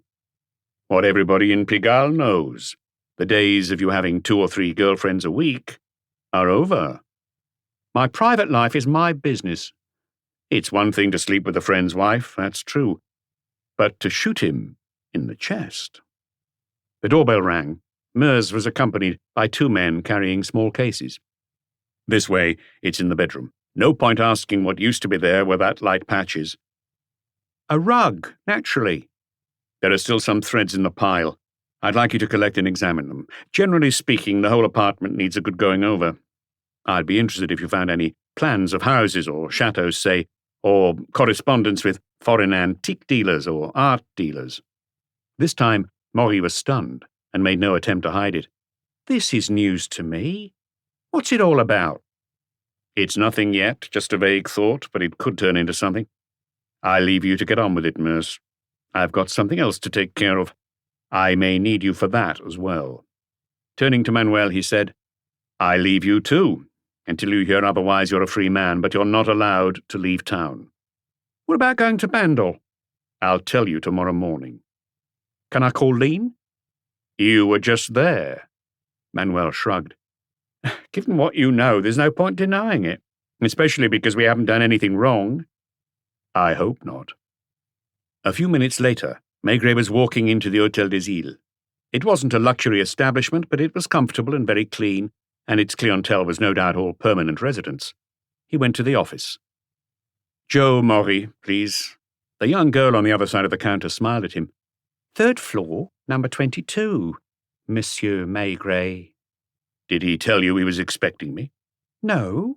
He told me he was expecting someone, but I recognized you the moment you came through the door. Maigret took the lift, knocked at 22, and the door opened immediately. It was Joe, who had left Rue du Caire to be home when he arrived. What have you done with my brother? I've left him at his apartment, admittedly with some specialists from Criminal Records who are going to search it thoroughly. Didn't you arrest him? Lean will need him tomorrow. He has to go to Bandor. What about you? I wasn't planning to. Which Lean are you talking about? Forget it. It's already old news. Your brother has admitted they're lovers. I don't believe you. They were in a small dove-grey sitting room, which was rather old-fashioned, but no less pleasant for it. Joe hesitated, then reached for the telephone and dialed his brother's number. Clasping his hands behind his back, Maigret looked around. He opened a door at random and found himself face-to-face with a young woman who was wearing only a loosely tied nightgown. You're Joe's mistress, I suppose? That's a stupid question, because here you are in his bedroom, not far from the unmade bed, with some of your clothes on an armchair. Is there any harm in that? None at all. How old are you? 22. He heard Joe's voice behind him. He's already with her. I didn't have time. What's this about you, though? Is it true that he's letting you go to Bandor and that you told him about Lean? You should have warned me. I don't know. He's chatting with her in the bedroom. You know her, she could talk for hours on end. Trouble is, I haven't found a deaf mute I like yet. He quickly hung up, and his silhouette appeared in the bedroom door. The young girl was saying, I'm called Marcel Vene. I'm from Béziers, but I came up to Paris the first chance I got. How long have you been with Joe? A month, and I'm not getting my hopes up. I reckon I've got another month. Cover yourself up, the young man said dryly. Turning to Maigret, he complained, If you told me what you're looking for exactly, we could save some time. You know I've got a truck unloading, and the merchandise will have to be delivered after that. Maigret continued talking to Marcel as if he hadn't heard. Where were you the night before last? From when? From 11 in the evening. We went to the cinema, Joe and me. He came back straight afterwards because he was tired. What time did he get a telephone call? She opened her mouth, then shut it, looking questioningly at Maury. No harm in that, Maury said. It was my brother calling to say he was going on a trip to the countryside in the next couple of days. To Bandol? Maigret asked sardonically. Bandol or somewhere, he didn't tell me.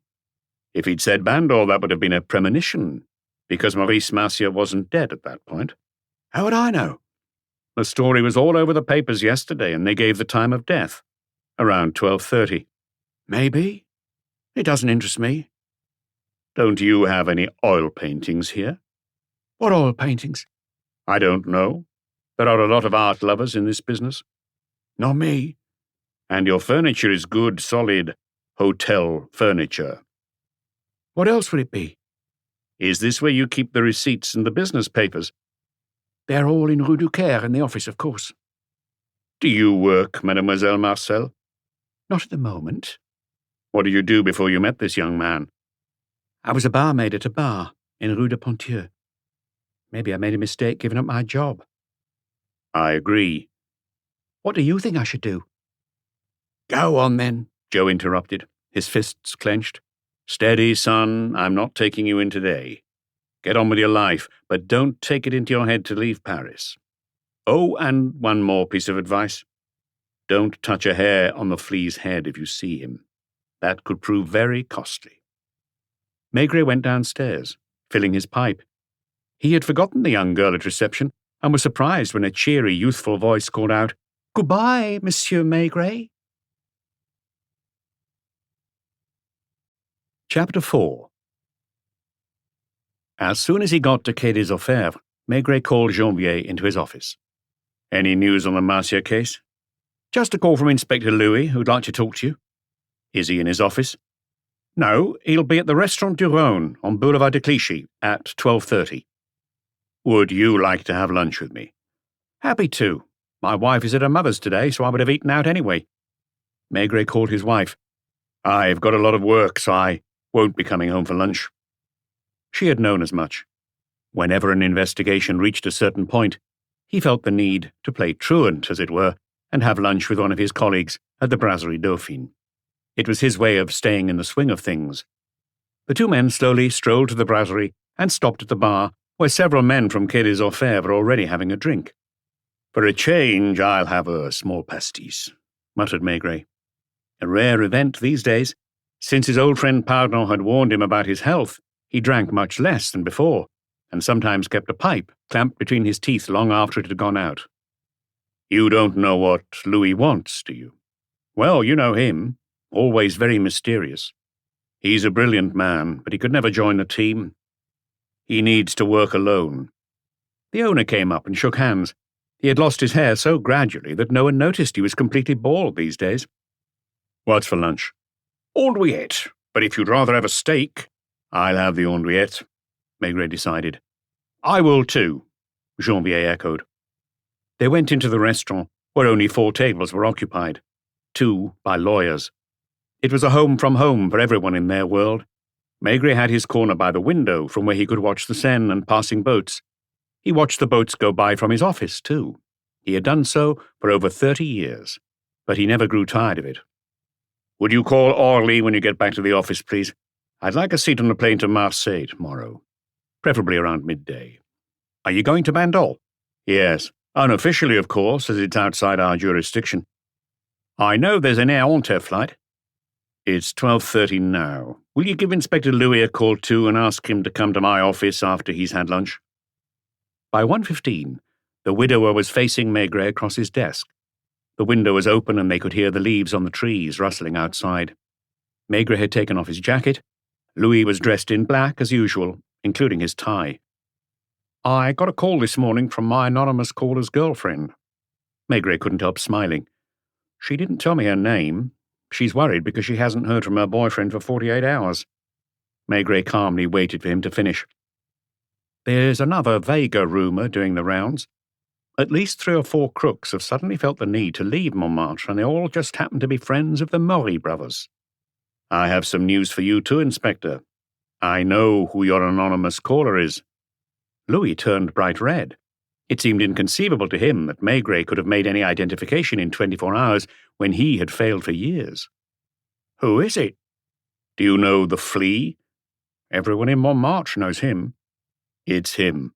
I heard it from Manuel Maury himself, who either let it slip or thought I knew already." Maigret had known the man, who was nicknamed the Flea because he was barely 1.50 meters tall, for almost 30 years. He was thin as well as short, with a strange face that was almost entirely taken up by his mouth. It looked as if it was made of India rubber and could take on any imaginable expression in an instant. He had started out as a messenger boy at the Rat de Cave, a club on Place Pigalle that was very elegant at the time, with a clientele who mainly wore evening dress. He stood at the door, dressed in the club's red uniform, with a short jacket and braided cap, ready to take customers' messages all over town. After a while, the Rat de Cave had gone under. The Flea, whose real name was Justin Croton, had then spent the next couple of years working in a brasserie on Rue Victor Massé, where all the local crime bosses went. He was still as thin and agile as ever, still able to slip in anywhere, but his face had become lined. From a distance, he looked like a boy. Close up, he showed every one of his 45 or 46 years. "To think I didn't recognize his voice," moaned Louis. "He must do his best to disguise it." "Not really. Now you've told me, it all comes back to me. I can't forgive myself for not thinking of him." "How has he been earning a living recently?" "He was hanging around with a hostess from the Canary in Rue Pigalle, who lives in Rue Fromentin." "Her pimp?" "Pretty much. I don't know exactly. It's quite strange for a good-looking girl like her to set up house with that little runt. He was born in Paris on Boulevard de la Chapelle, and I hardly need tell you his mother's profession. She sent him to one of her sisters in Saint-Mamin-la-Veur, in the Vendée. When he was 14, he came back to Paris and fended for himself." "He's in danger," Maigret said gravely. "You think the Maurys would dare?" "They'd keep out of it. They've got enough killers at their disposal to deal with an awkward witness." Inspector Louis still couldn't get over it. "The Flea. No one suspects him for a minute. He's considered a harmless creature, not even a man exactly, more a kind of boy with a wrinkled face. He hangs around all the crooks who don't think twice about talking in front of him. I think he dreams of being accepted as one of them. I wouldn't be surprised if they didn't use him as a lookout from time to time." "What's his girlfriend called?" "Blanche Pigou, number 28 Rue Fromentin. It's seconds from Boulevard de Clichy, where I had lunch." "Do you know her?" "Only by sight, as I've never had anything on her." "She must go to bed late. We'll probably find her at home now." "Unless it's her day to get her hair done. Those girls only get up early to go to the hairdresser." Maigret called Jambier. "Will you come with us? We're off to Montmartre again." "Shall I get a car?" "Of course." All 3 of them set off. It was a glorious day, a little too hot for May, and the forecast was storms. Rue Fromentin was quiet. Number 28 was a relatively new and reassuringly sturdy apartment block. "Shall we all go up?" "I'll go up first on my own so as not to scare her. No, actually it would be better if Inspector Louis came with me, because she rang him." "Second floor on the street side," the concierge told them. There was a smell of cooking on the stairs, and a baby could be heard crying somewhere. Maigret rang the bell. It took an age before rather a plump young woman who was only wearing a light dressing gown opened the door a chink. She recognized Inspector Louis. "Have you found him?" "Not yet, but Detective Chief Inspector Maigret would like to talk to you." "Look at the state I'm in. I was asleep. I haven't even combed my hair." "We'll give you a moment," Maigret replied amiably. The girl had an open, even slightly naive face. She must have been about 25, and the life she was leading hadn't robbed her of her freshness yet. "Come in, make yourself comfortable. I'll be there in a second." She went into a bedroom, which must have led through to the bathroom. If Maigret hadn't been used to the kind of women respectable ladies regarded with contempt, he would have been surprised by the decor surrounding them. The living room was comfortably furnished, with the sort of so-called modern furniture you would have found in half the apartments in Paris. All of it was carefully polished, the floor too. There was also a slight smell of disinfectant. Pushing open a door, Maigret found an immaculate kitchen without a hint of mess to be seen. "Would you like a cup of coffee?" asked the young woman when she reappeared. She was still wearing nothing under her dressing gown, but she had splashed some cold water over her face and put on a little makeup. "No, thank you." "Do you mind if I make myself one? In my job you can't always refuse a drink. Bob gives me cold tea instead of whiskey whenever he can, but with some customers you just can't get out of it. If you want, there's some beer in the refrigerator. Justin loves beer and is always hoping it will help him put on weight. Do you know that he weighs less than 42 kilos? He nearly became a jockey, but his apprenticeship only lasted a couple of days because he was afraid of horses. He's not afraid of Pigault's hard men, though." She had switched on an electric coffee maker. The kitchen was equipped with all the latest appliances. "You didn't say about the beer." "I'd love a glass." "Your inspector only drinks Vichy, and I haven't got any here."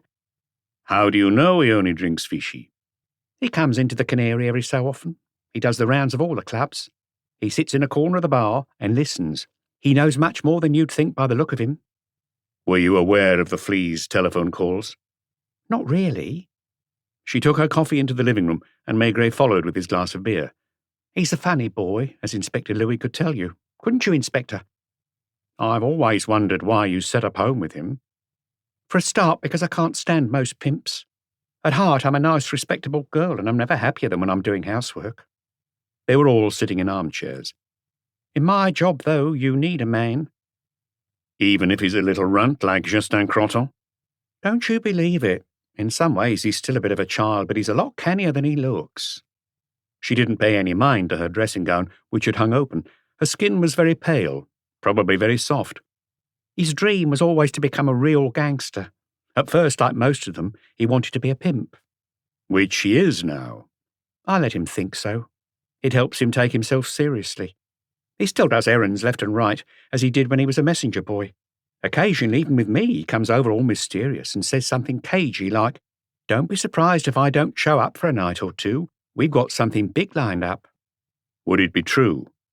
"It would be true that some gang or other was preparing a job, but he wouldn't be in on it. What I didn't know was that he was ringing the inspector and passing on all the information he'd picked up. That also made him feel important in his own eyes." "What happened in the last couple of days? Did he talk about anything?" "Not really. One morning he came home all overexcited. 'Something crazy happened last night, something that will be all over the front pages and cause a huge stir.' A robbery? Worse than that, a murder, and the victim is one of the best-known people in the neighbourhood. Can't you tell me his name? It will be in the papers any moment. It's Monsieur Maurice." "From La Sardine?" "Yes, and I'm the only person apart from the murderer and his mistress who knows who did it. I'd rather not know, that is." She took a fresh cigarette, having already lit one when she came out of the bathroom. "I asked him what he was going to do. He said, 'Don't worry about me.' You're not going to blackmail the guy, at least? You know that's not my style." "Does he know you know? If he did, I wouldn't belong for this earth." She fell silent for a moment, blowing the smoke out in front of her. "In a way, it was the best day of his life. If you knew who it was, one of Montmartre's biggest bosses, and his mistress— Don't tell me anything. Got it. You'll find out the truth from the papers anyway, if they dare print it." He went out that morning, and I haven't seen him since. I got strange looks at the Canary that night, and two men I'd never seen before didn't take their eyes off me. I stayed at the bar, as I always do. I was joined by a customer from the country who never misses the chance to see me when he's in Paris. We went to the hotel, and when we came out, one of the two men was pacing up and down on the pavement. At first I was afraid for the flea. Everyone calls him that, and I've ended up doing so too. Anyway, he's quite proud of it. It's a sort of fame. He likes pulling faces to make people laugh. "He called me," Inspector Louis declared in a neutral voice. "I thought so. That explains his air of mystery and what he said when he left. Is he really in danger?" Maigret answered, "There's no doubt on that score. Monsieur Maurice's murderer knows it was the flea who informed on him." "What about me? Do you think they'll come after me?" "Are you still being followed?" "Last night, one of the two men was at the Canary again. He was called to the telephone and then left, but only after giving me a strange look. I may be wrong, but I think they're scattering all over France.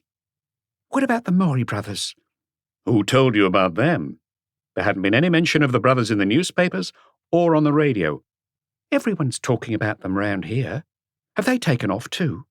No, but we're keeping an eye on them both. Do you think it's them? I can't answer that question. What time do you normally leave home? I do my shopping locally around 2 or 3 because I like cooking. Then I get dressed up for work around 10 in the evening and go to the Canary.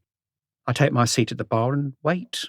Sometimes I wait for a couple of hours, sometimes only a few minutes, and then sometimes there are nights when I'm there until closing time. There'll be a plainclothes policeman outside your door within an hour. Don't be surprised when he follows you. He'll do everything he can to protect you. Should I go to the funeral tomorrow? Everyone's going. Do that. I'll be there too. So will your guardian angel. That reminds me of my catechism. The two men stood up. If you hear anything, ring the police justicière. Ask to speak to me or one of my men in the crime squad. Inspector Louis is hardly ever at his desk. Thank you, Detective Chief Inspector. Oh, goodbye, Inspector. If you have any news of Justin... I hope we won't. He sensed the danger and gone into hiding. He doesn't need to go far because he knows Montmartre inside out, and there are places where someone like him can stay for weeks without anyone finding him.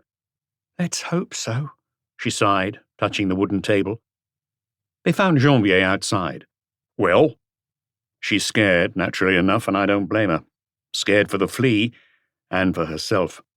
I promised her that in an hour someone from the squad will be at her door and that she'll be followed wherever she goes. Don't forget to see to it when we get to the office. Someone who can get into quite a smart nightclub without attracting attention. Maigret turned to Louis. In the meantime, you take first watch. As soon as our inspector gets here, you'll be free to go. Right, Detective Chief Inspector. Once he was behind the steering wheel, Janvier asked, What's she like? Lovely. If things had turned out differently for her, probably when she was 17 or 18, she would have been a wonderful wife and homemaker. Did she know? About the flea's calls? She only suspected something 2 days ago. It's incredible. That little man with the clown's face has managed to be one of Inspector Louis' informers for years without anyone having a clue. I'm sure he loved the role and it boosted his self-esteem. Whenever a crook was arrested, he could say to himself, That's my doing. With reason.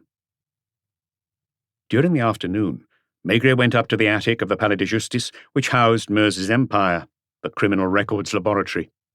Specialists were needed in 9 out of 10 cases, even if just to lift fingerprints, and yet there couldn't have been as many as a dozen figures in white coats at work in these rooms with sloping ceilings.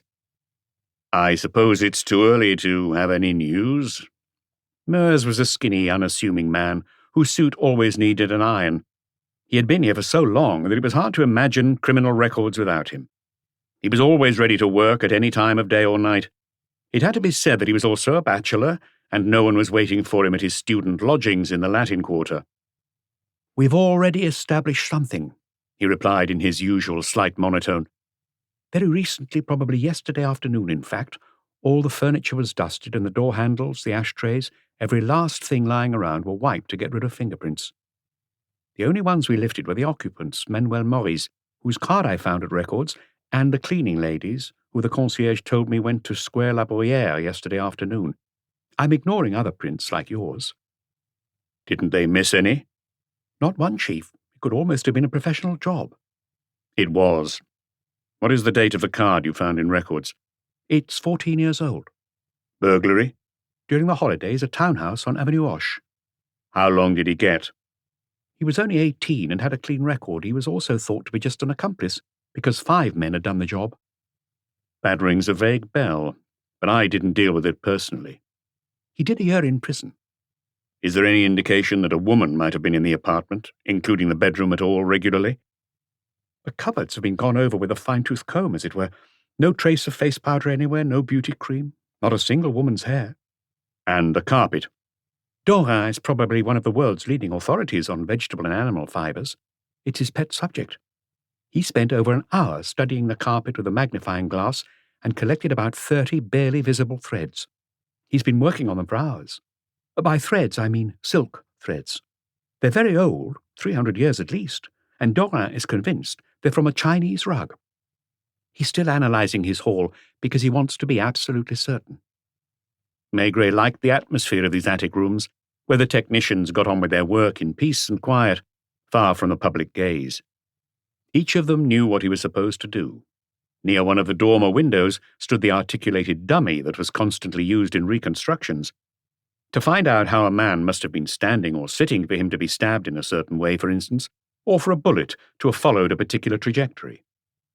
If there are any developments tomorrow, let Janvier know. I'll be in Bandol. Meurs wasn't the sort to take holidays on the Côte d'Azur. Bandol must have been like a scene from a dream to him. "It'll be hot," was all he murmured. When Maigret told his wife at dinner that he would be going to Bandol the following day, she smiled and said, "I knew it." "How?" "Because just now the radio said that, although the funeral is at the church of Notre-Dame de Lorette tomorrow morning, the actual burial will be in the cemetery in Bandol." "What are you hoping to find there?" "Nothing very specific. Maybe a clue, something small. I'm going for the same reason I'm going to the funeral in the morning." "You'll be hot." "I may have to spend the night there. It'll depend on flights. I don't feel up to coming back on the train." "I'll pack your small blue suitcase." "Yes, but just underwear in my wash bag." He felt some qualms about going down south at the taxpayer's expense, because it wasn't essential. There was every chance he wouldn't learn anything at all, in fact. He slept well, though, as he generally did, and was dazzled by the sun when Madame Maigret brought him his first cup of coffee. "They're saying it'll be 30 degrees in Marseille today," she said, smiling. "What about Paris?" 26. It's the hottest May for 32 years. "My plane is around midday. I don't know exactly when. Janvier took care of the ticket. I'll just have time to look in at the office before I go to Orly. I'll take my case now." "What about lunch? Where and when will you have lunch?" "If the worst comes to the worst, I'll have a sandwich at the bar at Orly." He was heading to the door when she said, "Aren't you going to kiss me?" He would have turned back to do so anyway. "You mustn't worry. I'm not taking a 50-year-old single-engined aircraft, and I'm not setting off round the world." He felt a bit emotional all the same, as he did whenever he spent more than a day away from his wife. Once he was outside in the street, he looked up, knowing as he did so he would see her at the window. Good thing, too, because she was holding up the blue suitcase he had forgotten. They met halfway up the stairs. It was 9:15 when Janvier came into Maigret's office. "Apparently the street's already full, and the church won't be able to fit everybody." Maigret had been expecting something of the kind, but not quite such a turnout. "Still no news of the flea?" "No, Blanche Pigou got a call at the Canary last night. She seemed shaken when she went back to the bar, but practically the next moment a customer came and sat beside her." "What time did she get home?" "Around 4 in the morning." "Too bad," Maigret muttered to himself. Then he looked for the young woman's number, found it and rang. To his surprise, she didn't take long answering. "Who is it?" she said in a sleepy voice. "Detective Chief Inspector Maigret." "Have you heard anything?" "No. You have. Who rang you at the Canary last night?" "He did, yes." "Did he tell you where he was?" "No. He asked if you or Inspector Louis knew about him, and I said yes, you did. Then he asked if you were angry, and I said no to that." She sounded like a little girl, dazed with sleep. "You're not angry with him, are you?" "Is he as scared as he was?" "Yes. He also wanted to know if there were any strangers hanging around the building. Haven't they arrested anyone yet?" "Not as far as I know." "Haven't they even searched Manuel Mori's apartment?" "I think they have. The detective chief inspector came here with Inspector Louis, but they didn't go into details. Anyway, I've got a policeman watching over me day and night." "Did he say anything else?" asked Maigret. "Only that he was moving to a new place every night, that's all. I couldn't talk much because a customer had been hovering around for a while." "Go back to bed and don't worry about anything. If you have anything new to tell me during the day, call Inspector Janvier at Quai des Orfèvres." "Are you going to Bandol?" It was starting to get on his nerves. Everyone was talking to him about his trip as if he had taken out an advertisement in the papers. "There you are," he sighed, looking at Janvier, who was silhouetted against the green of the trees. "I don't know if it's sensible, but he's changing his hiding place every night. It may not be such a stupid thing to do. There must be a ton of people looking for him." If Maury had given the word, as seemed likely, all Montmartre's young thugs would be hunting for the flea, and with his physique he could hardly pass unnoticed in a crowd. I'll drop by in a moment to pick up my bag. You'd better give me my plane ticket now. Luckily, takeoff was later than he had feared, 12:55. See you soon. He took a car to Rue Balou and told the policeman driving to wait for him by the church. Over 200 people were crowded in front of the townhouse, although only a few were going in to offer their condolences. There were all sorts, local shopkeepers, pimps, restaurateurs, nightclub owners. They started bringing down the flowers and needed 2 cars to carry them and the wreaths. Then 4 men brought down the mahogany coffin and slid it into the hearse.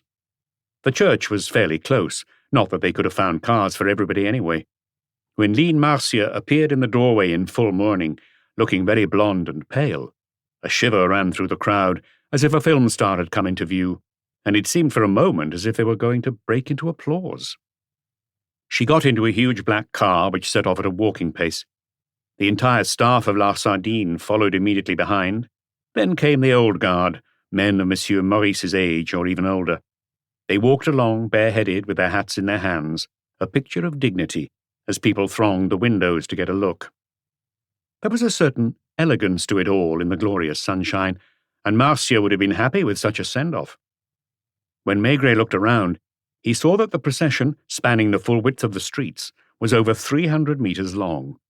Traffic had to be diverted by policemen with white batons who were gesticulating feverishly. "Hell of a funeral!" called a boy who was passing. The church was already full, as predicted, except for the front few pews, which had been cordoned off with black ropes. Lean walked in alone, still at the head of the procession, perfectly straight-backed, her blue eyes impenetrable. She went and sat in the first pew, still alone, while the restaurant staff sat in the second. There were people standing in both naves, and more outside who couldn't get in. The great doors had been propped open, letting in the spring breeze. The organ struck up a funeral march, and moments later, the service began. Standing in the left aisle, Maigret studied the mourners' faces, and soon spotted Maurice. He had taken his place in the row of prominent figures and men of authority, as if it was his by right, despite being the youngest. His gaze met Maigret's. It quivered with a sort of defiance. Maigret didn't wait for the end of the service. He was hot and thirsty. He went outside, then immediately ducked into the shade of a bar and ordered a glass of beer.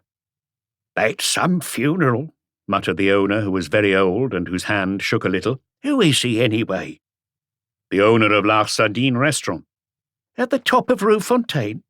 "Yes." "I thought he was a gangster." "He was, in his younger days." Maigret downed his beer in one, paid, and went to find the police judiciaire's black car. "The office." "Right, Chief." It was 11 o'clock. Just time to grab his bag and shake Janvier's hand, and then Maigret was heading to Orly in the same car. Were Lean and Manuel going to travel together? Would the coffin be taken to Bandol by plane?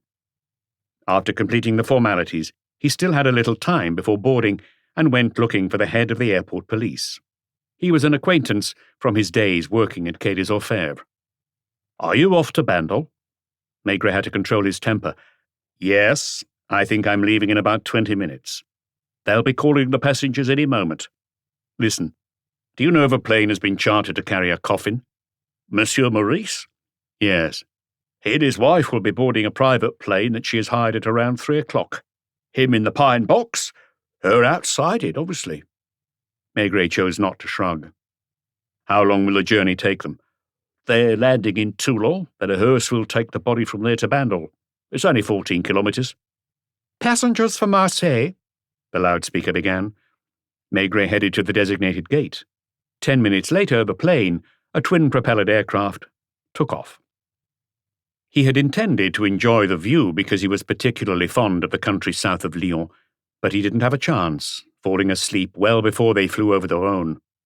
He took a cab from Marseille Airport to the station, and half an hour later caught a train to Bandol.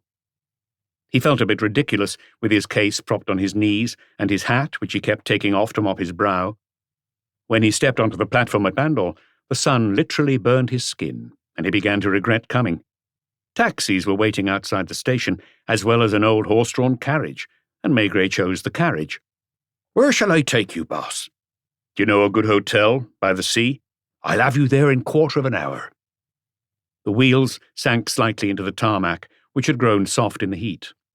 The town was almost white, like Algiers, and palm trees lined some of the avenues. He spied the sea trickle a blue through the greenery, and then the beach, where only a few people were sunbathing, and a half-dozen were swimming. The season hadn't started yet. They passed the casino, and then there was the hotel, which was also white, with an enormous terrace dotted with coloured parasols. Do you have a room? For how long? Just one night. For one. Would you rather be facing the sea? He filled in the registration card. Room 233. The hotel was called the Tamarisks. It was cool and very clean. Can I get a drink? The bar's at the end, on the right. He went in and drank a glass of beer. You're not Detective Chief Inspector Maigret, are you? Asked the barman after studying him for a moment. He was a young man, very blonde. His boldness had made him blush. Are you going to be on the Riviera for a long time? Until tomorrow. I thought so. You've come for Monsieur Maurice's burial, haven't you? Is he very well known locally? He was like God himself round here, put it like that. Is his house far? A good 1/4 hour's walk. It's almost at the other end of the front, not far from Rémus's villa when he was alive. You recognise it by the huge swimming pool. Maigret still had the feeling he was cheating, that he had sneaked off on an illicit holiday. What about the graveyard? It's less than 1 kilometre from the villa. There's going to be a huge crowd, you know. They've been coming in from Toulon and Marseille since this morning. What sort of people? Big shots. I'm almost wondering whether the sub-prefect won't come. People are talking about it. Maigret drank another beer, and after checking his watch, slowly set off. Luckily, the avenues along the seafront were in the shade. I'll have to come here for a few days with my wife, he thought. The plane must have unloaded the coffin and lean at Toulon by now. The further he went, the more people he saw, and when he got to a corner, he was greeted by almost the same sight as in Rue Balou that morning. How many of these people knew the truth? Not that it mattered, because none of them would talk. Only one person had done that, from a telephone box without even giving his name, and now he was hiding God knew where, in Montmartre. Chapter 5. He spotted a familiar face just on the edge of the crowd. It was Bouton, head of the police judiciaire in Toulon. Funny, Bouton said, shaking his hand. I was thinking about you this morning as I was shaving. I had a feeling you'd come. He gestured to the crowd. What do you reckon? We could clean up here. It's not just the pick of Toulon's crooks who've come here, but also their counterparts in Marseille, Cannes, and Nice. Someone came up to them, and Bouton shook his hand, making the introductions. Chamois, Bandol Chief of Police. I imagine you recognize Detective Chief Inspector Maigret, Chamois. It's a great honor. They were sturdy characters, men who knew their stuff and weren't easily intimidated. 9/10 of the people here live outside the law, and the amazing thing is that we can't prove anything against a single one of them. When Marcia spent the summer in Bandol, did he have many guests? Very few, actually. Some of his inner circle, particularly the Maury brothers. Did they stay at the house?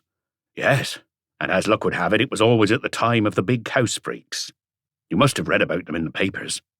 Summer visitors with a huge villa on the Riviera and a yacht would set off on a cruise around the Greek islands in July or August, and then be stunned when they got back to find their furniture and valuables gone. Same as the chateaus. More or less. I suspected the Maury brothers and even the boss, the one they call Monsieur Maurice. I had the house watched, and coincidentally enough, every time there was a robbery, the Maurys didn't leave the house, but played gin rummy with Marcia until the early hours. Do you know his wife? She's got class. You'd imagine she'd feel out of place in that world. The cortege arrived. Lean was sitting alone in a car directly behind the hearse, followed by a throng of cars with Riviera number plates, mainly big American models, although there was also a smattering of sports cars for the younger generation. All of them drove at a walking pace as another crowd followed as best it could, on foot. There was a moment of confusion. The hearse driver was about to turn right near the villa when the master of ceremonies ran up and gave him new instructions. The two groups merged. Everyone seemed to know each other. Handshakes, whispered conversations. Madame Marcia got out of her car and headed to the villa. She had changed since the morning. She was now wearing a thin black suit and a white silk hat. Her gloves were white, too. What was she going to do in the house on her own? Maigret couldn't think of a plausible answer to that question, nor could Boutin and the local police chief. She was gone for less than 10 minutes, then got back in the car. The cortège did an about turn, set off down Rue des Écoles, then Avenue de 11 Novembre, and suddenly they were at the graveyard gates. More confusion as people ran between the headstones to get a good spot near the graveside. A priest was already in position, and he greeted Line. She showed no more sign of crying than she had that morning at the church of Notre-Dame de Lorette. The heavy coffin was lowered into the grave. The priest said a few prayers in a quiet voice, then the flowers, which had been stacked on the neighbouring graves in the meantime, were placed on the coffin. All the big underworld bosses are here, and all the young guns, who are proud to be seen with them. What are you going to do now, Detective Chief Inspector? I don't know yet. Where are you staying? The Tamarisks. It's very good, and they're nice people, the owners. Line had already driven off to the house. Maigret hadn't spotted Manuel Maury or his brother in the crowd. I think I'll pay a visit. Do you think she was in on it? I don't think. I know. Trouble is, I haven't got any proof. Good luck. If you need me, you know where to find me, and where to find Chamois. The crowd was gradually breaking up and heading into town for a cold drink at one of the bars. Only a few cars belonging to the real big shots had headed straight back to Toulon or Marseille. Maigret found himself standing alone in front of the white villa. It wasn't overwhelmingly large. It was just a pretty villa, nothing more, and the most striking thing about it was the swimming pool, surrounded by swing seats. The garden consisted of a few palm trees, a mass of cacti, and some tropical-looking plants, which Maigret did not recognize. He walked up the 3 steps to the front door, rang the electric bell, and was surprised to see the door open instantly and Line standing there in front of him. I should have guessed you wouldn't stay away. You have no respect for mourning, do you? Do you? The front door opened straight into a huge hall with white walls, where the furniture and decoration were as refined as those in the townhouse in Rue Balu, although of a different style. She didn't ask him to sit down. She stood waiting for him to speak, the hand holding her cigarette, trembled a little. I'd like to talk to you about the night your husband died. I thought I'd already answered your questions on that subject. You didn't tell the truth, so now I'm going to ask them again. Maigret sat down in one of the cream leather armchairs. You're only doing this because I'm not strong enough to throw you out. You wouldn't dare anyway, if only to avoid implicating your lover. She turned pale with fury and went and stubbed out her cigarette in an ashtray. Don't you have any humanity? I've got more than enough, as a matter of fact. But it depends who I'm talking to. You obviously married Marcia for his money. That's my business. She sat down finally, crossed her legs, and lit another cigarette which she had taken out of a gold box on a pedestal table. Manuel and you were in bed. Someone hammered on the door, and Maury, I suppose, put on a dressing gown while you hid under the sheets. She didn't flinch. Her face was impassive now. Her bright blue eyes seemed devoid of almost anything except curiosity. And then? It was your husband. And what did he do, do you think? Did he shake Manuel's hand? He took his gun out of his pocket. Like in a movie. What interests me is where Maury's gun was. In a drawer, obviously, but that could just as easily have been in the bedroom as in the drawing room. You'd have to prove there was a gun in the apartment. She lit her cigarette. And that I was there. And that there was a visitor who happened to be none other than my husband. Not a very promising start, Detective Chief Inspector. Maigret was about to reply when she said, barely raising her voice, Come in, darling. A door opened immediately, and Manuel appeared in shorts and espadrilles as if he had come straight from the beach.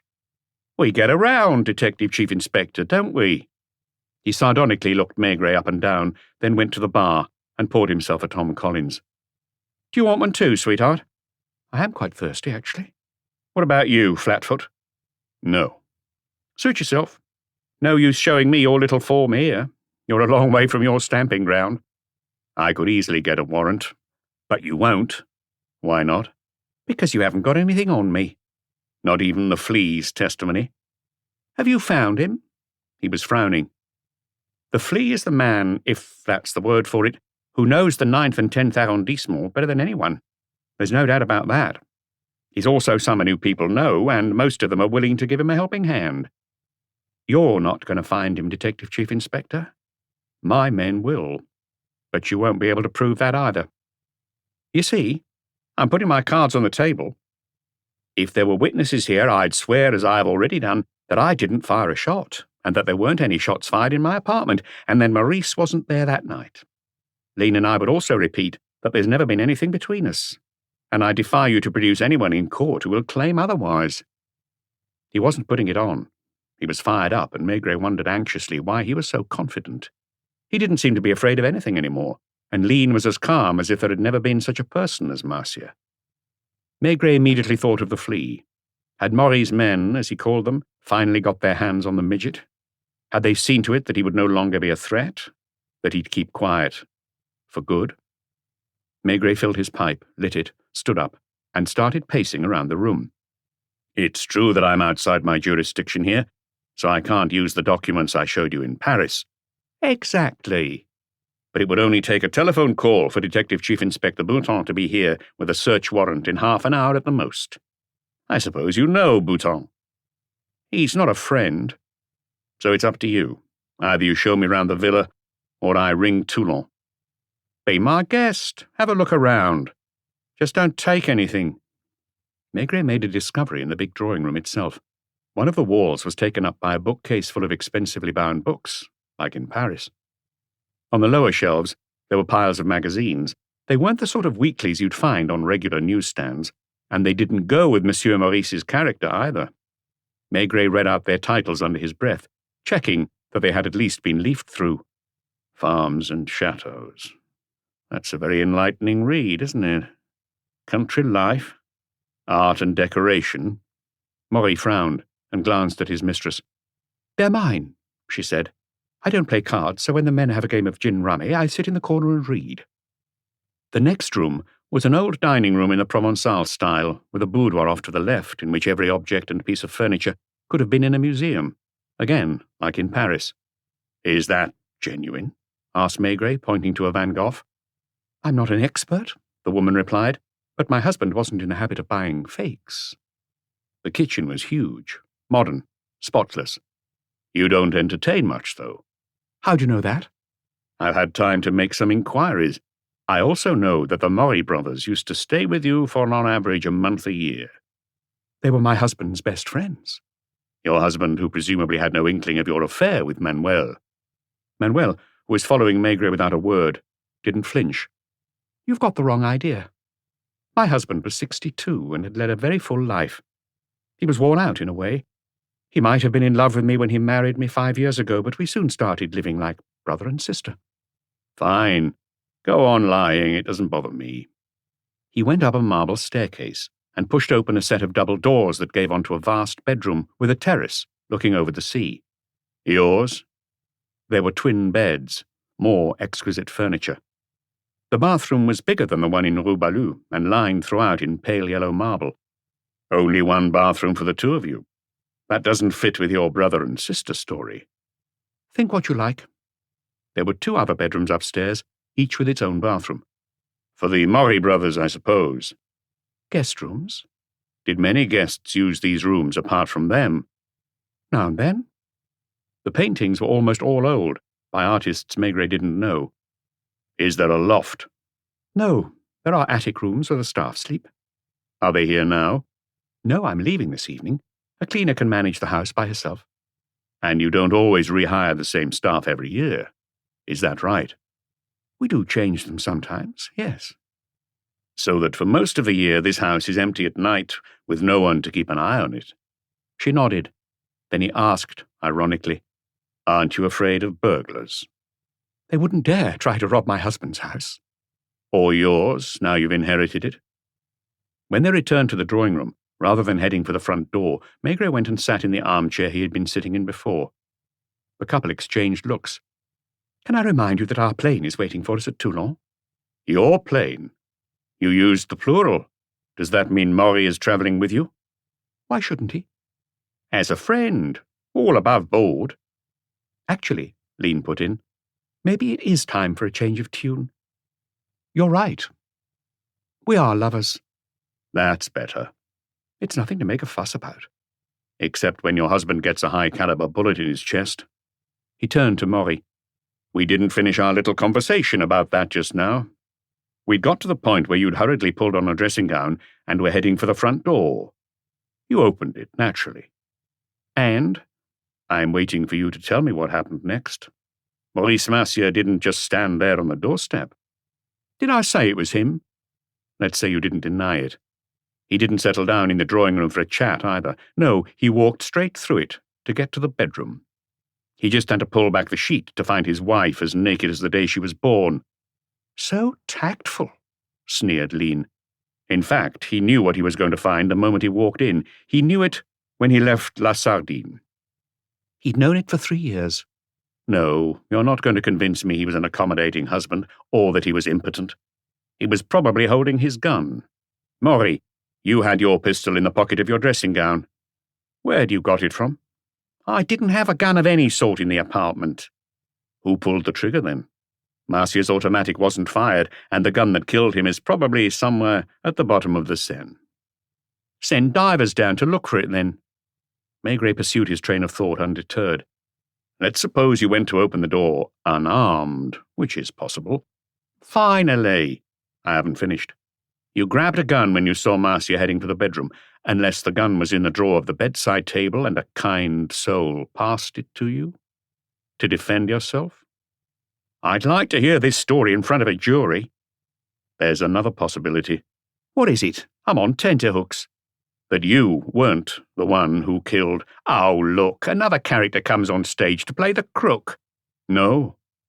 Lean has all the time in the world while you go and open the door to get the gun that was in the bedside table. And when Marcia threatened you, she'd have definitely hit the ceiling because she's never used a firearm in her life. We'll discuss this later. In Paris, fine.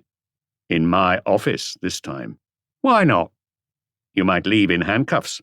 It's not very classy trying to scare me. What if I left the country first? Interpol would soon find you. You're forgetting you've got a record, and besides, you're pretty flashy. I imagine you two are planning to get married after a suitable interval. Stranger things have happened. There's a plane waiting for you. Don't you want a seat? Manuel jeered. Maigret looked at him with a calm he had displayed all afternoon, the sort that comes before a storm. He ate bouillabaisse in a spick-and-span little restaurant sitting off on his own in a corner. He didn't get as much enjoyment from it as he had hoped, which must have been down to his state of mind. Night had fallen. The tree-lined walks facing the sea were softly lit, and he could hear the faint murmur of the waves. He sat down on a bench. The air was soft. He felt lazy. If he had had his way, he would have sent for Madame Maigret, and they would have had a week's holiday in Bandol. He quickly went to bed and fell asleep immediately. The next day he had to get up early to catch his flight from Marseille, and he landed at Orly at 10:30. He took a taxi and had it drop him off at home first. His wife didn't greet him effusively, but it was obvious from her beaming smile that it had done her the world of good seeing him again. Not too tired? A little. Shall I make you a cup of coffee? No, thanks. I have to look in at the office. Still this wretched case? This wretched case. Exactly. They were talking about you in the evening papers yesterday. They say you're being mysterious, that you're worried, demoralized even, and that you're definitely hiding something. If they only knew. I don't know if I'll be able to come back for lunch. It'll depend on what's waiting for me at the office. By the way, one of these days, we'll have to go to Bandol.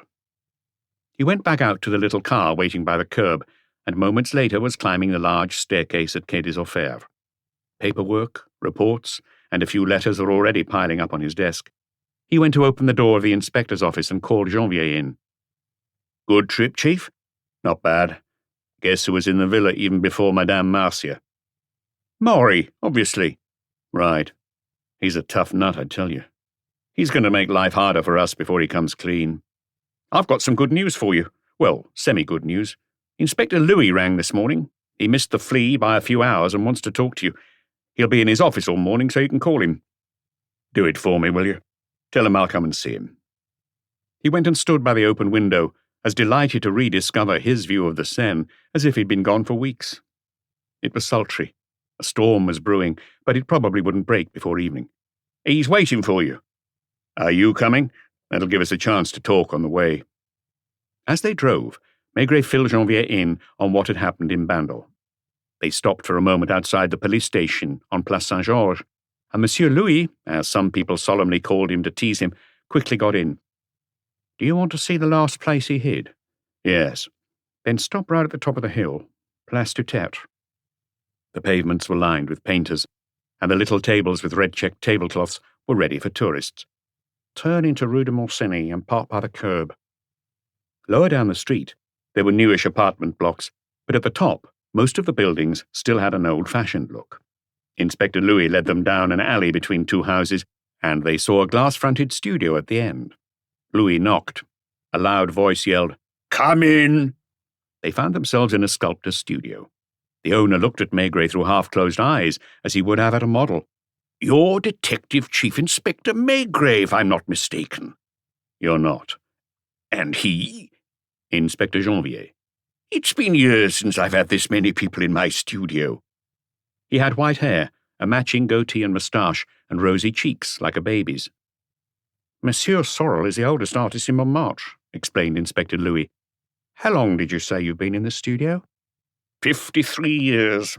I've seen painters come and go, starting with Picasso, who I often ate with." He had a slightly naive, childlike expression. A look around his studio dispelled any illusions about his talent. He only sculpted children's heads, or rather what looked like the same child's head, with different expressions, and presumably then sold his busts at the art dealers on Place du Tertre. "Apparently, you had the flea to stay." "For a couple of days and nights. He left yesterday evening after dark. He doesn't dare stay longer in one place in case he's spotted." "How did he come to choose your studio?" "Suppose I were to tell you that I met him when he was barely 15?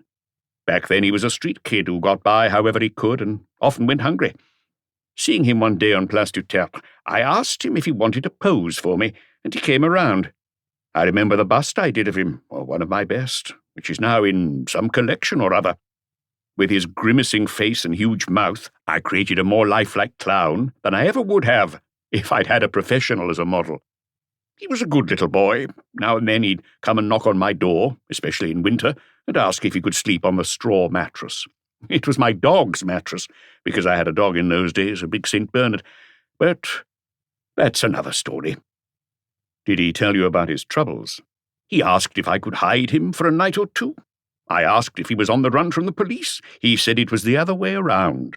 He was on very good terms with Inspector Louis and Detective Chief Inspector Maigret. That was why certain people were after him." "When he left, did he tell you where he was going?" "No, as far as I could gather, it wasn't a long way away. I get the impression he doesn't want to leave the neighborhood." "Did he talk about anyone in particular in the last 2 days?" "Yes. An ex-policeman who's retired now, who was kind to him when he was a kid. I don't know his name. I don't know him either. I only venture out of the studio to do my shopping, less than 100 meters from here, and take my pieces to my dealer." It was only now that he seemed to realize that they were all standing. "Sorry not to ask if you'd like to sit down, but I don't have enough chairs or stools. As for offering you a drink, I've only got cheap red, the sort Utrillo drank, which you'll probably find too rough." "Did he go anywhere in those 2 days and nights?" "No, but he was surprised and very pleased to find out that I had a telephone. He rang a woman to let her know how he was, and I discreetly went out into the courtyard to smoke a pipe. All I can tell you is that he was very frightened. He couldn't keep still. He started at every sound and asked me at least 10 times if anyone ever came to see me. Who'd come and see me? I don't even want a cleaning lady." Maigret looked at him affectionately. There were very few examples of old Montmartre like him still surviving. "Wait a minute. He talked about you. Apparently you're meant to arrest someone, but he doesn't understand why you're taking so long. If the Detective Chief Inspector doesn't get a move on, he won't have anyone left to testify because they'll kill me first." As he left after shaking the old man's hand, Maigret muttered to himself, "A retired police officer." "I'm already following up that angle," said Inspector Louis with his usual impassivity. "It's likely to be an officer from the 18th arrondissement or maybe the 9th, because he wouldn't have moved far when he stopped working." Those also seem to be the parts of town the flea hung around in most when he was young. I've started working through the lists of policemen who have retired in the last 10 years. I haven't found any with Montmartre addresses so far, but I'll carry on this afternoon. In a neighbourhood where everyone knew each other, it would obviously have been easier to ask the first old lady who came along, or the grocer. But wouldn't that be dangerous for the flea? Where do you want us to drop you? Nowhere. I'll stay around here. He had his methods. He was a sort of bloodhound, and he would have been unhappy having to work in a team. No doubt he was going to do the rounds of the local bars again, drowning in glasses of Vichy as he listened to the conversations around him. Blanche Pigue's house, Rue Fromentin. Maigret was beginning to worry about the flea's fate too, but it wouldn't have done any good sending 10 or 20 men out to look for him. By the way, are we still watching the Murray brothers? The inspectors are working in shifts. While his brother was away, Joe spent a fair while in Rue du Caire, then drove off in the lorry and came back with it empty at about 8 in the evening. He locked the metal shutter and went home to have a shower and change. Do you know where he has dinner? Yes, La Sardine. How did you guess? Because they've already taken it over, in a way. What about Manuel? That's even easier. He had dinner at La Sardine too, with Lynn, which is probably the first time she's eaten at her husband's restaurant. Poor Marcia didn't know she'd soon be the owner. This all smacks of defiance. The staff must have been outraged to see her with the Murray brothers on the day of the funeral. Manuel doesn't give a damn what the staff think. If any of them leaves, he'll replace them with his people. That's probably his plan, in fact. I bet he spent the night in Rue Balou. Right again. For all I know, he's still there. There's a weak spot somewhere, though, Maigret thought aloud. The flea? The flea's no use to us until we get our hands on him. No, there's a weak spot somewhere else, and I'm getting a headache thinking about it. Shall I come up with you? It might be better if you didn't. Despite her profession, this girl is quite sensitive. She's used to me, but if we both show up... This time, the flea's young girlfriend was up and having her breakfast by the window. Cup of coffee? I've just made some. In that case, yes, please. She seemed worried. Have you heard from him, Inspector? I know where he spent the last 2 nights, but he moved on yesterday evening. What part of town was it? Near Place du Tertre, at an old sculptor's. That's funny. He told me about him once when we went to eat at the foot of Sacre-Cœur. It reminded him of his childhood round there. He described the straw mattress he sometimes slept on, which was normally a big dog's bed. Did he talk to you about anyone else who lived in the neighbourhood? I don't remember. I don't think so. A former policeman, say? Honestly, that doesn't ring a bell. Did he call you? Twice. What did he say? He's getting more and more scared. He doesn't understand why you don't just arrest the Murray brothers. Their gang would quieten down, and Justin could breathe freely. Is he angry with me? A bit, I think, yes. He's angry with Inspector Louis, too. I told him what you told me. Listen, there's every chance he'll call you again, unless there isn't a telephone where he is. Tell him to call me. I'll give him all the assurances he wants. Really? I need to have a conversation with him, and I wouldn't be surprised if 2 hours after that, the Murray brothers weren't behind bars. I'll tell him. I'll do all I can. Put yourself in his shoes, though. He doesn't trust anything, or anyone anymore. A quarter of an hour later, Maigret and Janvier were sitting at the bar in La Sardine. It was when they laid the tables for lunch, and the head waiter was on the telephone by the till, taking reservations. A glass of beer, Freddie. What about you? The latter asked Janvier. I'll have the same. We've only got foreign beer left. That's all right. There was something grudging about the way Freddie served them, and he kept glancing at the door as if he was afraid one of the Murray brothers was about to walk in. I've never seen so many people at a funeral, Maigret said, trying to draw him out. There were lots of people, yes. It was almost as packed in Bandol. People came from all over, Nice, Cannes, Toulon, Marseille, and the cars. I counted at least 5 Ferraris. Freddie imperturbably wiped the glasses. Comitin, the head waiter, had finished speaking on the telephone, but rather than come over to them, remained on the other side of the restaurant, apparently ignoring them. Bit cool today, Maigret joked. The thermometer must have read 25 degrees in the shade. Yes, it is a bit cool.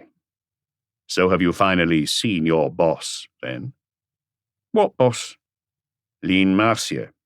She ate here last night with the Maury brothers, although it's Manuel who's really the boss. Listen, Monsieur Maigret, I don't get involved in your business, so don't you get involved in what's going on here. For a start, if anyone saw me chatting to you, it could be bad for me. It might not be so good for you either. Maigret and Janvier exchanged glances. Wait a minute, will you, Janvier? He set off for the lavatory, which took him past Comitat. Hello, Monsieur Raoul, he called out. Freddie must have told you that you're not welcome here. He did. Change of owner. Now everyone seems on edge. I'd be obliged if you didn't come back. You're forgetting this is a public place, open to anyone who is decently dressed and has a relatively healthy bank balance. He went to the lavatory, then back to the bar. It was just after 12:15. You know what we're going to do, Janvier? We're going to have lunch here. They headed towards the nearest table. Comitat came rushing over. I'm sorry, but that table's taken. We'll have the one next to it, then. It's taken too. All the tables are taken. Well, in that case, let's say this one is taken by me. Have a seat, Janvier. Maigret wasn't being childish. He was furious, and he wanted them to be too. Bring me the menu, please, and don't forget that I can have this place shut down in 24 hours. The menu was enormous, with a wine list on the back. They've got scallops, Janvier. What do you think? I like the sound of those. Then braised rib of beef, and that. He gave back the menu. Let's have a light wine. A Beaujolais? Good idea. The head waiter stood behind them, ramrod straight, until 4 customers came in and sat at a table by the window. The small brown-haired cashier had taken up her post, but Maigret's attempts to say hello were unsuccessful. She didn't seem to recognize him. Monsieur Maurice was dead. When he was alive, no one talked out of turn, but even so, the restaurant had a relatively easy-going atmosphere. Then Maury had shown up yesterday evening with Madame Marcia to take over, and everyone had got the message. From now on, they were going to have to watch their step. They had already started. At most, they managed to stammer a few words as they squeezed past each other. What do you bet we won't be served for half an hour, if not an hour? Sure enough, a table of 4 was served before them, then 2 Englishmen who had only just come in. The restaurant gradually filled up, and the longer it took for them to be served, the more Maigret smiled and pointedly smoked his pipe. Don't rush, he said as the head waiter passed their table. No, monsieur. I don't intend to. The Maurice didn't appear, and the 2 men were eventually given something to eat and drink. Chapter 6. It was after 3 when Maigret got back to Quai des Orfèvres, and the first person he saw was the inexhaustible Inspector Louis, sitting on one of the benches in the corridor, his black hat on his knees. Maigret showed him into his office, and Louis again perched on the edge of a chair. I think I've had a stroke of luck, sir. He had the soft voice of a shy person and rarely looked people he was talking to in the face. When I left you this morning, I started on another round of the bars and cafes at the top of Montmartre, around Place du Tertre. I know, it's a compulsion of mine. I got to the Trois Tonneaux, a popular bistro in Rue Gabriel. I stood at the bar as always and had my usual small bottle of Vichy. Maigret knew it was no use hurrying him. The inspector spoke with deliberation and attention to detail that were part of his character. In one corner, under a promotional clock, 4 men were playing belote. They were all getting on and had probably been playing their game at the same time in the same table for years. I jumped when I heard one of them say, "Your turn, Sergeant." The man he was talking to must have been 70 or 75, but he was still sprightly. 3 times in the space of 10 minutes someone called him Sergeant when they spoke to him. "Is he a policeman?" I asked the owner quietly. "He was for 40 years. Talk about an officer of the old school. Everyone knew him around the neighbourhood. He was like a father to all the kids." "Has he been retired for long?" "At least 10 years. He comes and plays his card game every day. He lives alone now his son has got married and moved to Meaux. His daughter is a nurse at Bichat Hospital, and he's got another son who does something or other. Gets up to no good, I imagine." "Does he live nearby?" "Not very far. Rue Tollerzay, just opposite the only dance hall in the street. His wife died 5 years ago, and he does his own cooking and cleaning. We get a lot of his kind round here, little old men and women living alone on a modest pension." Maigret knew Montmartre well enough to know it was a city within a city.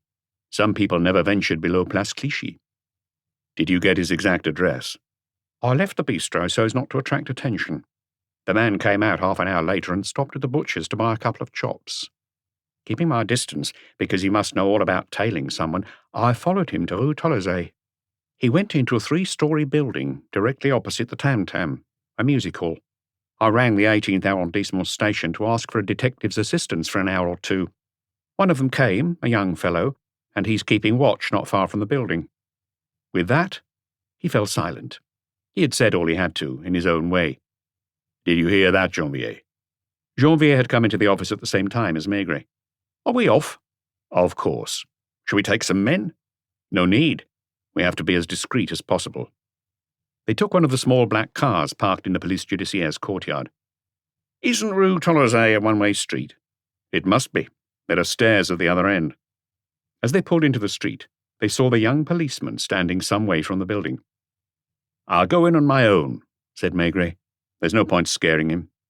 He spoke to the concierge, showing his policeman's badge. Is the sergeant at home? Monsieur Colson? That's right, everybody still calls him the sergeant. He got back about 2 hours ago. He's probably taking a nap now. What floor? 3rd, left-hand door. Naturally, there was no lift. The building was old, like almost all the buildings in the street, and there was a strong smell of cooking on the stairs. No sign of a doorbell. Maigret knocked. Come in, said a deep voice.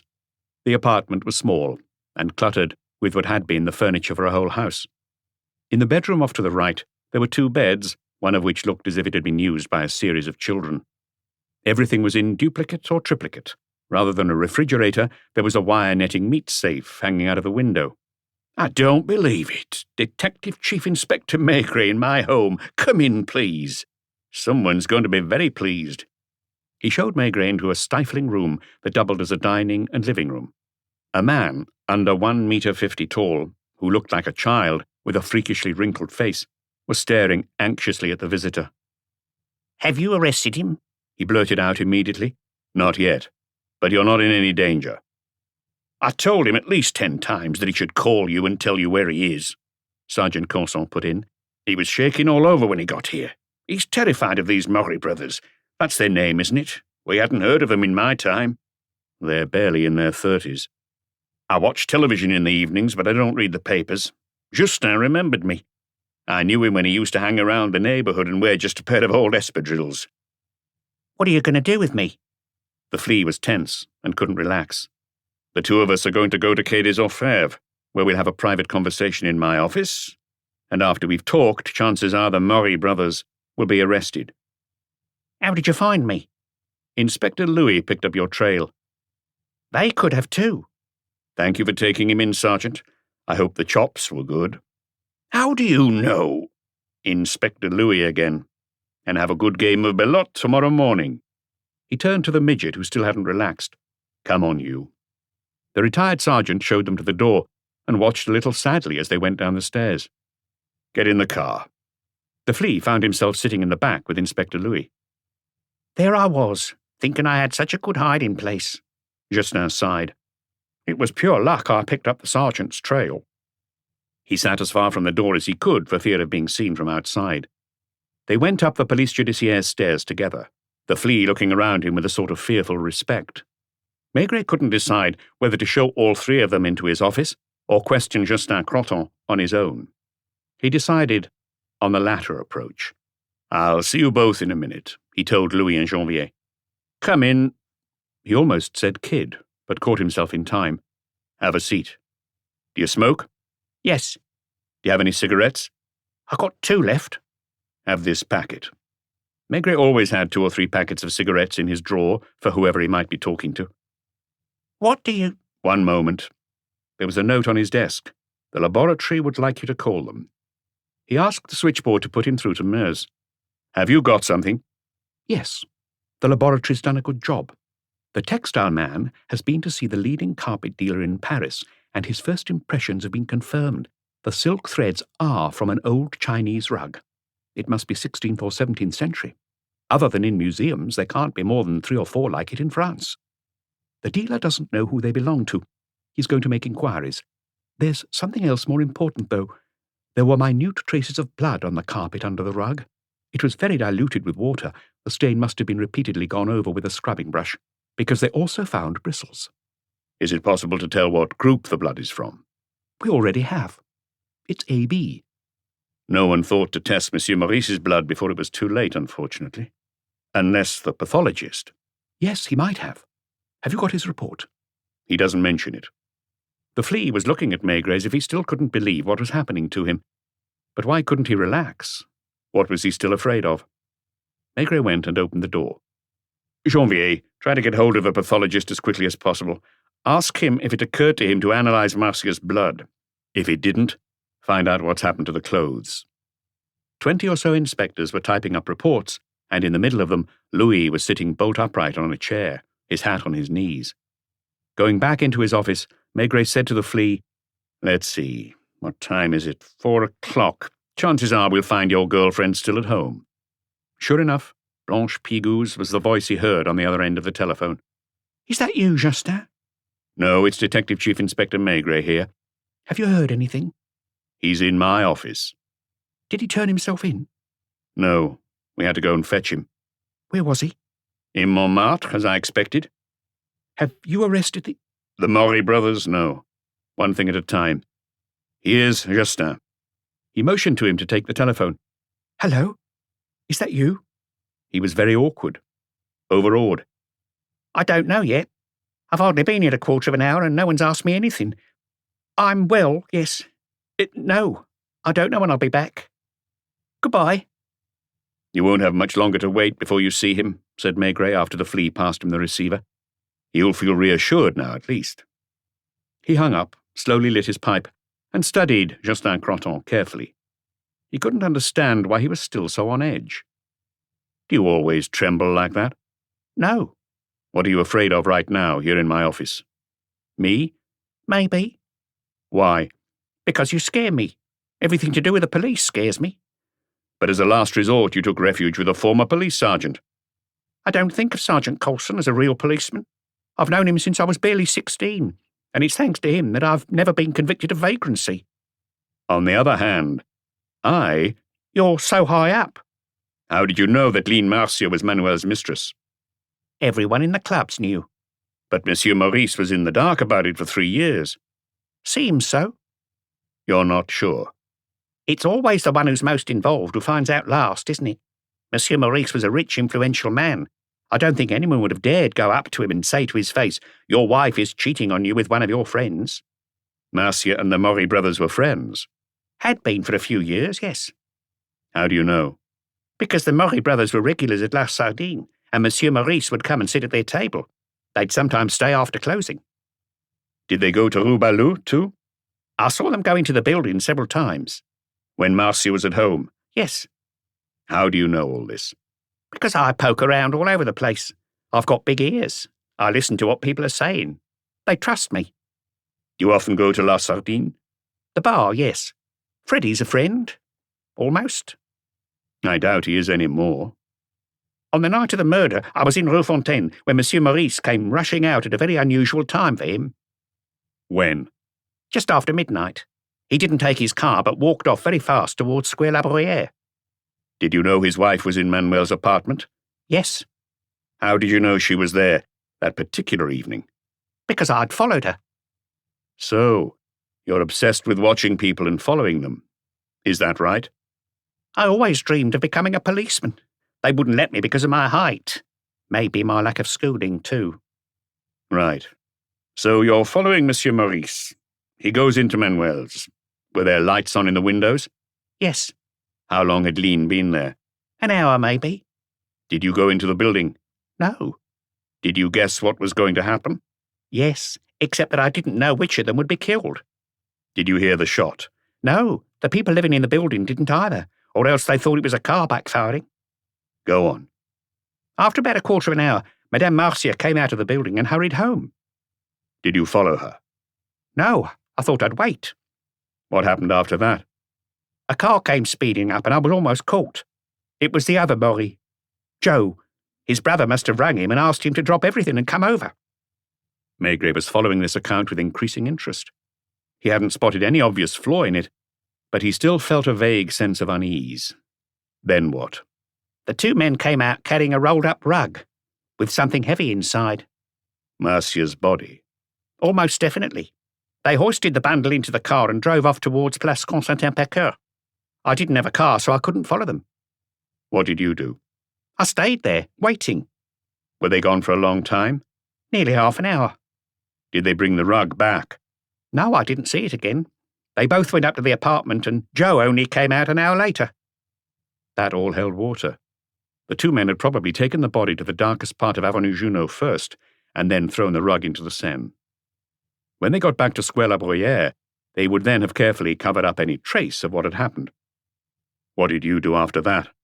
I waited until morning before ringing Inspector Louis. Why him and not the police station, say, or the police judiciaire?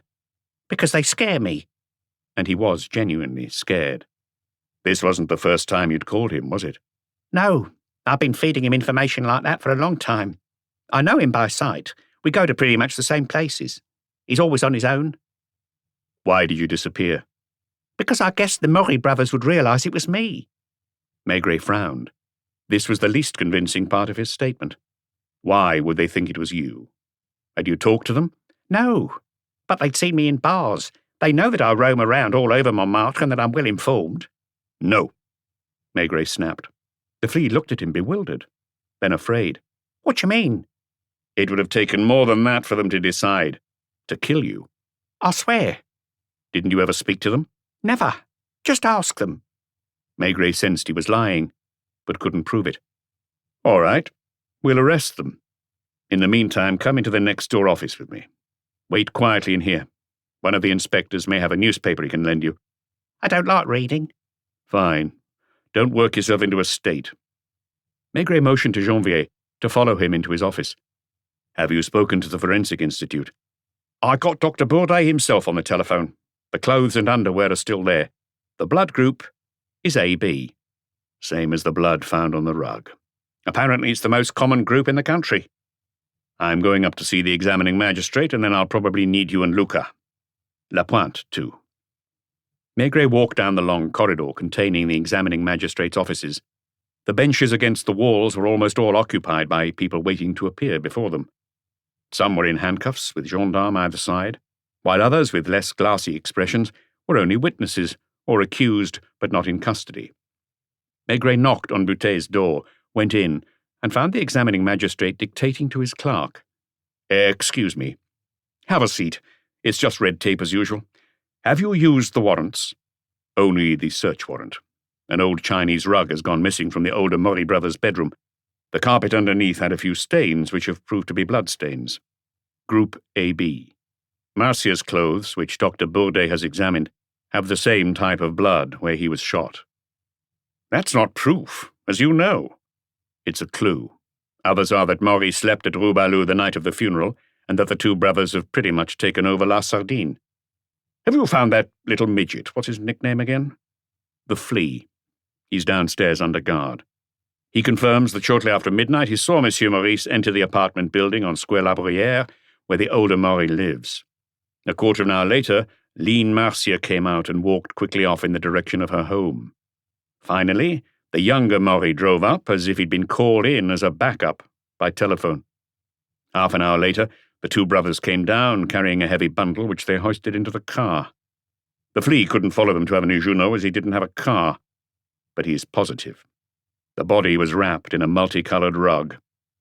Are you planning to arrest them? This afternoon. But I'd like another warrant. This time for Madame Lean Marcia. Do you think she's certainly complicit?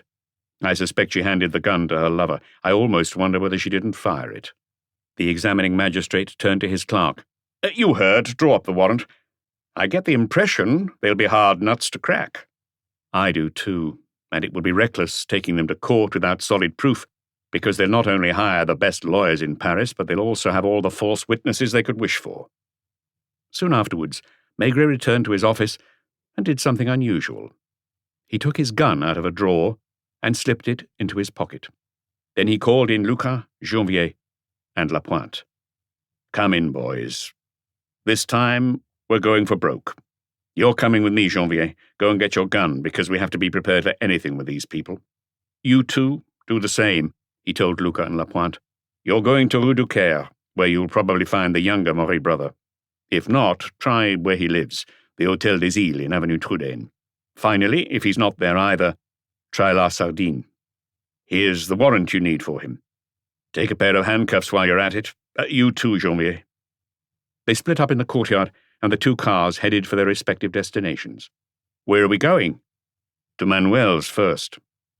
The concierge told them that he was unlikely to be there, but that the cleaning lady definitely was. They went up. The cleaning lady was terrifyingly thin, and they wondered how she could stay upright. She was in her 60s and must have been ill. The expression on her face was bitter, aggressive. "What do you want?" "Monsieur Manuel Maury." "He's not here." "What time did he go out?" "I've no idea." "Did he sleep in his bed?" "That's none of your business." "Where the police?" "Police or no police, it's none of your business which bed a man sleeps in." "Have you noticed that the rug in the bedroom has disappeared?" "So? If he burned a hole in it with a cigarette and sent it to be repaired, that's his business." "Is your boss pleasant to you?" "Like a slap in the face." Employer and employee were cut from the same cloth. "Well, are you just going to stand there? I'm going to get on with my vacuuming, because I haven't got time to waste." A few minutes later, the two men pulled up outside what had been Marcia's home. "Is Madame Marcia upstairs?" Maigret asked the concierge. "I don't think she's gone out, although you can always use the garden door, which is left open." "Day and night?" "Yes. "So you don't know who comes in and out?" Not many people in the building use that door." "I get the impression that Madame Marcia wasn't alone that night." "I get that impression, too." "Have you seen a man leave the apartment today?" "No, he's probably still up there. According to the maid, we can expect he'll move in soon." "Which of them was the maid closer to?" "Monsieur Maurice, I'd say." "Thank you." Maigret and Janvier went up to the second floor. Maigret rang the bell. Several minutes passed before anyone answered. "Madame Marcia, please." "I'm not sure if she'll be able to see you. Come in, though." She showed them into the large drawing room, which was looking back to normal. "We'll have to come back with furniture experts," Maigret murmured as they waited. When a figure finally appeared in the doorway, it was Manuel Maury rather than Lean. "You again?" he said. "I asked for Lean Marcia." "She doesn't want to see you, and I'm going to make sure you don't bother her." "But I'm going to bother you both." "You're under arrest." "Oh, yes, the famous warrant. "There's a new one this time, in the name of Lean Marcia, née Paulin." "You dared?" "I dared, and I'd advise you not to try anything obstructive. It could have very serious consequences for you." Manuel made as if to reach for his pocket, in which the outline of a revolver was visible. Maigret said softly, "Hands away, son." Lean's lover was pale. "You'd better keep him covered, Janvier." He looked around for a bell, and found one near the massive fireplace. He pressed it. Moments later, the maid stopped, dumbfounded, in the drawing-room doorway. "Go and get Madame Marcia for me. Tell her to pack some clothes, underwear and toiletries, enough for a few days." The maid had barely gone before the lady of the house appeared empty-handed. "What does this—" She stopped when she saw Janvier holding his gun. "Here's a warrant in your name. I've come to arrest you both." "But it's nothing to do with me." "At the very least, you witnessed the murder and tried to cover up for the guilty party. That's called being an accessory." "If a wife is liable every time she has a lover—" "Not all lovers open fire on the husband. Go and get a few things. Wait a minute. Give me your gun, Manuel." Maury hesitated. A hard look came over his face. Maigret stared him straight in the eye, ready for anything. Finally, a hand held out the gun to him. "Stay with him, Janvier. I don't like letting the wife go off on her own. I'm not sure I'd see her again." "I have to change." "You won't be the first woman I've seen do that. What did you wear when you danced at the Tabarin?" The atmosphere was oppressive, and a sense of threat still hung in the air. Maigret followed Lean to the end of the corridor, where she went into a yellow and dove-grey bedroom with Louis XVI furniture. The bed was unmade. On a little table there was a bottle of whiskey and 2 half-full glasses. He thought her capable of anything, even grabbing the bottle and smashing it on his head. He poured her a large measure of alcohol and put the bottle out of her reach. "Don't you want any?" "No. Get ready." "How long do you think we'll be gone for? Or maybe should I say, I'll be gone for?" "That will depend." "On whom?" "You and the examining magistrate."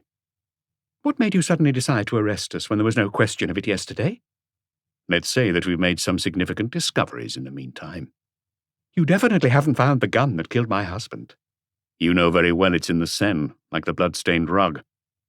Which prison are you taking us to? The cells in the basement of the Palais de Justice, first of all. Isn't that where they put prostitutes? Sometimes, yes. And you have the nerve.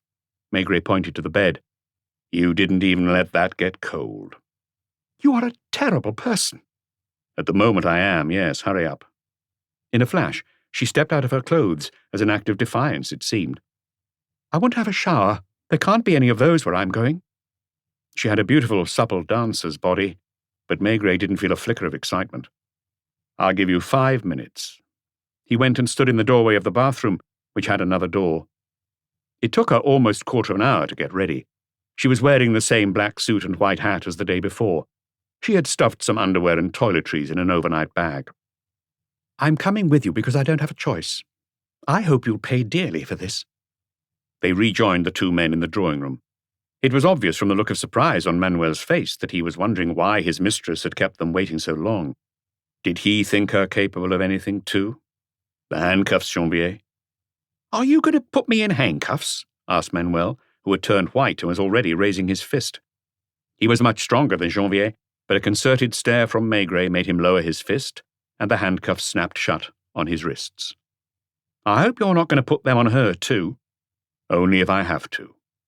The maid came and opened the front door for them, a strange smile on her face. Down you go. Maigret ushered Maury into the back of the car and got in beside him, while the young woman sat in the front next to Janvier. Neither of them tried to make a run for it, not that they would have succeeded. What about my brother? He should already be at headquarters, unless they had trouble getting hold of him. Did you send your men to Rue du Caire? Yes. He'd have been there. My brother's got nothing to do with this. I didn't even see him that night. You're lying. You'll have to prove otherwise. The car drove into the courtyard, and all 4 of them climbed the stairs. In my office, Janvier. The window was still open.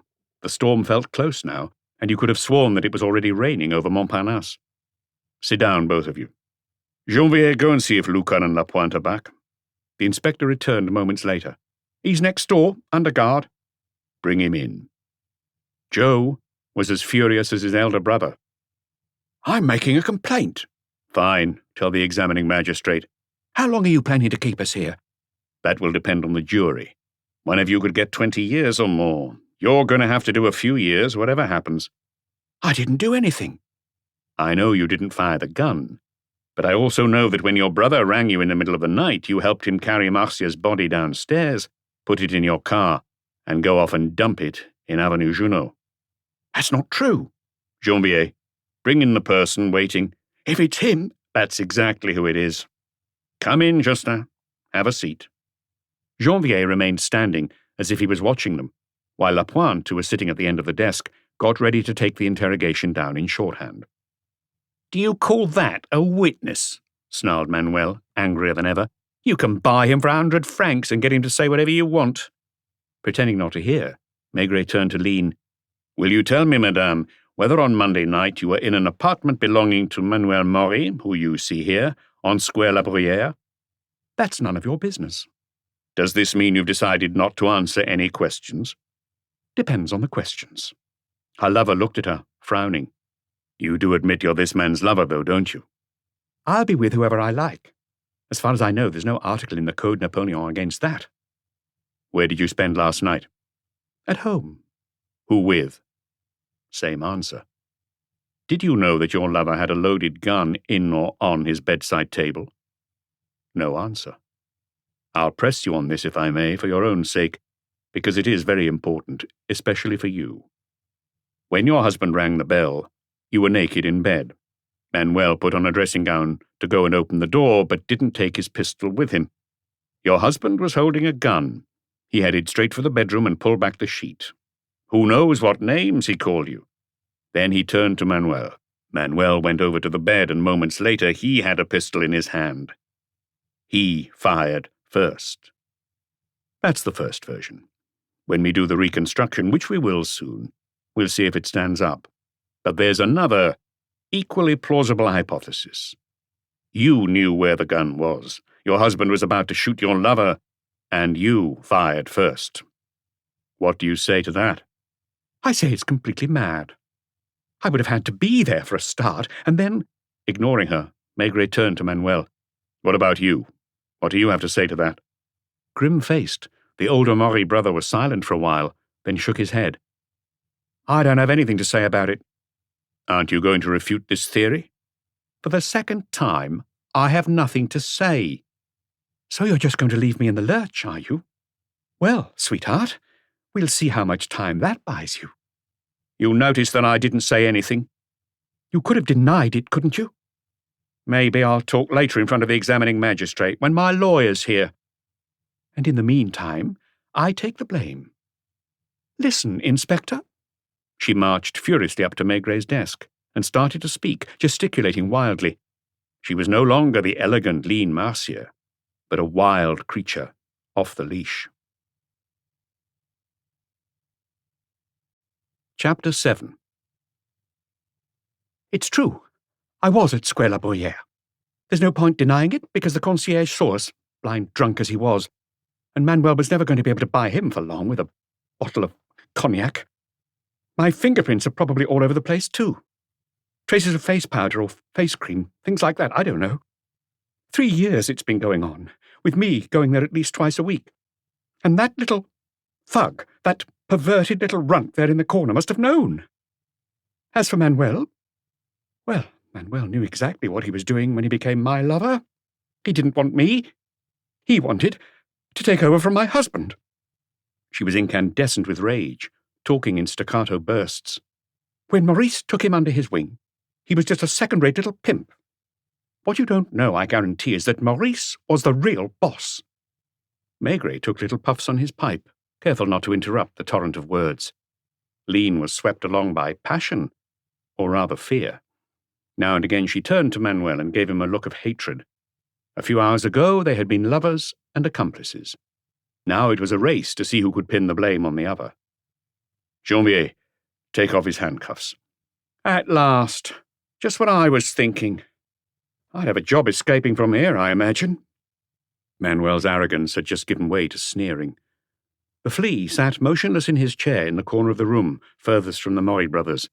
He still had a terrified expression on his face, and even if Manuel was temporarily disconcerted, he still looked at him with dread.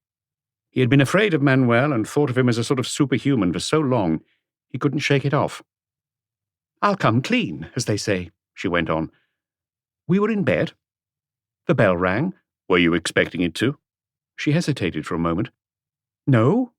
Why would I have thought my husband would appear that night of all nights? Didn't he know about your affair? This powerful figure who knew everything that went on in Pigalle. Why would he have waited 3 years? If he knew, he was playing a clever game because he was insanely jealous. Did you have the feeling Manuel was expecting this visit? Her silence was longer this time. Honestly, I don't know. He got up and put on his dressing gown, which was lying on the back of an armchair. Then he took his pistol out of the bedside table drawer and put it in his pocket. She's lying, Inspector. My dressing gown is made of thin silk. You would be able to see a gun. Listen, I said I wouldn't talk unless my lawyer was present, and I meant it. But I'd advise you to be wary of everything this woman tells you and make sure you check it. There is one thing I can clear up now, though. She was the one who threw herself at me when I started going around with Maurice. She kept saying that he was an old man, that he was washed up. An old freak. That was her expression.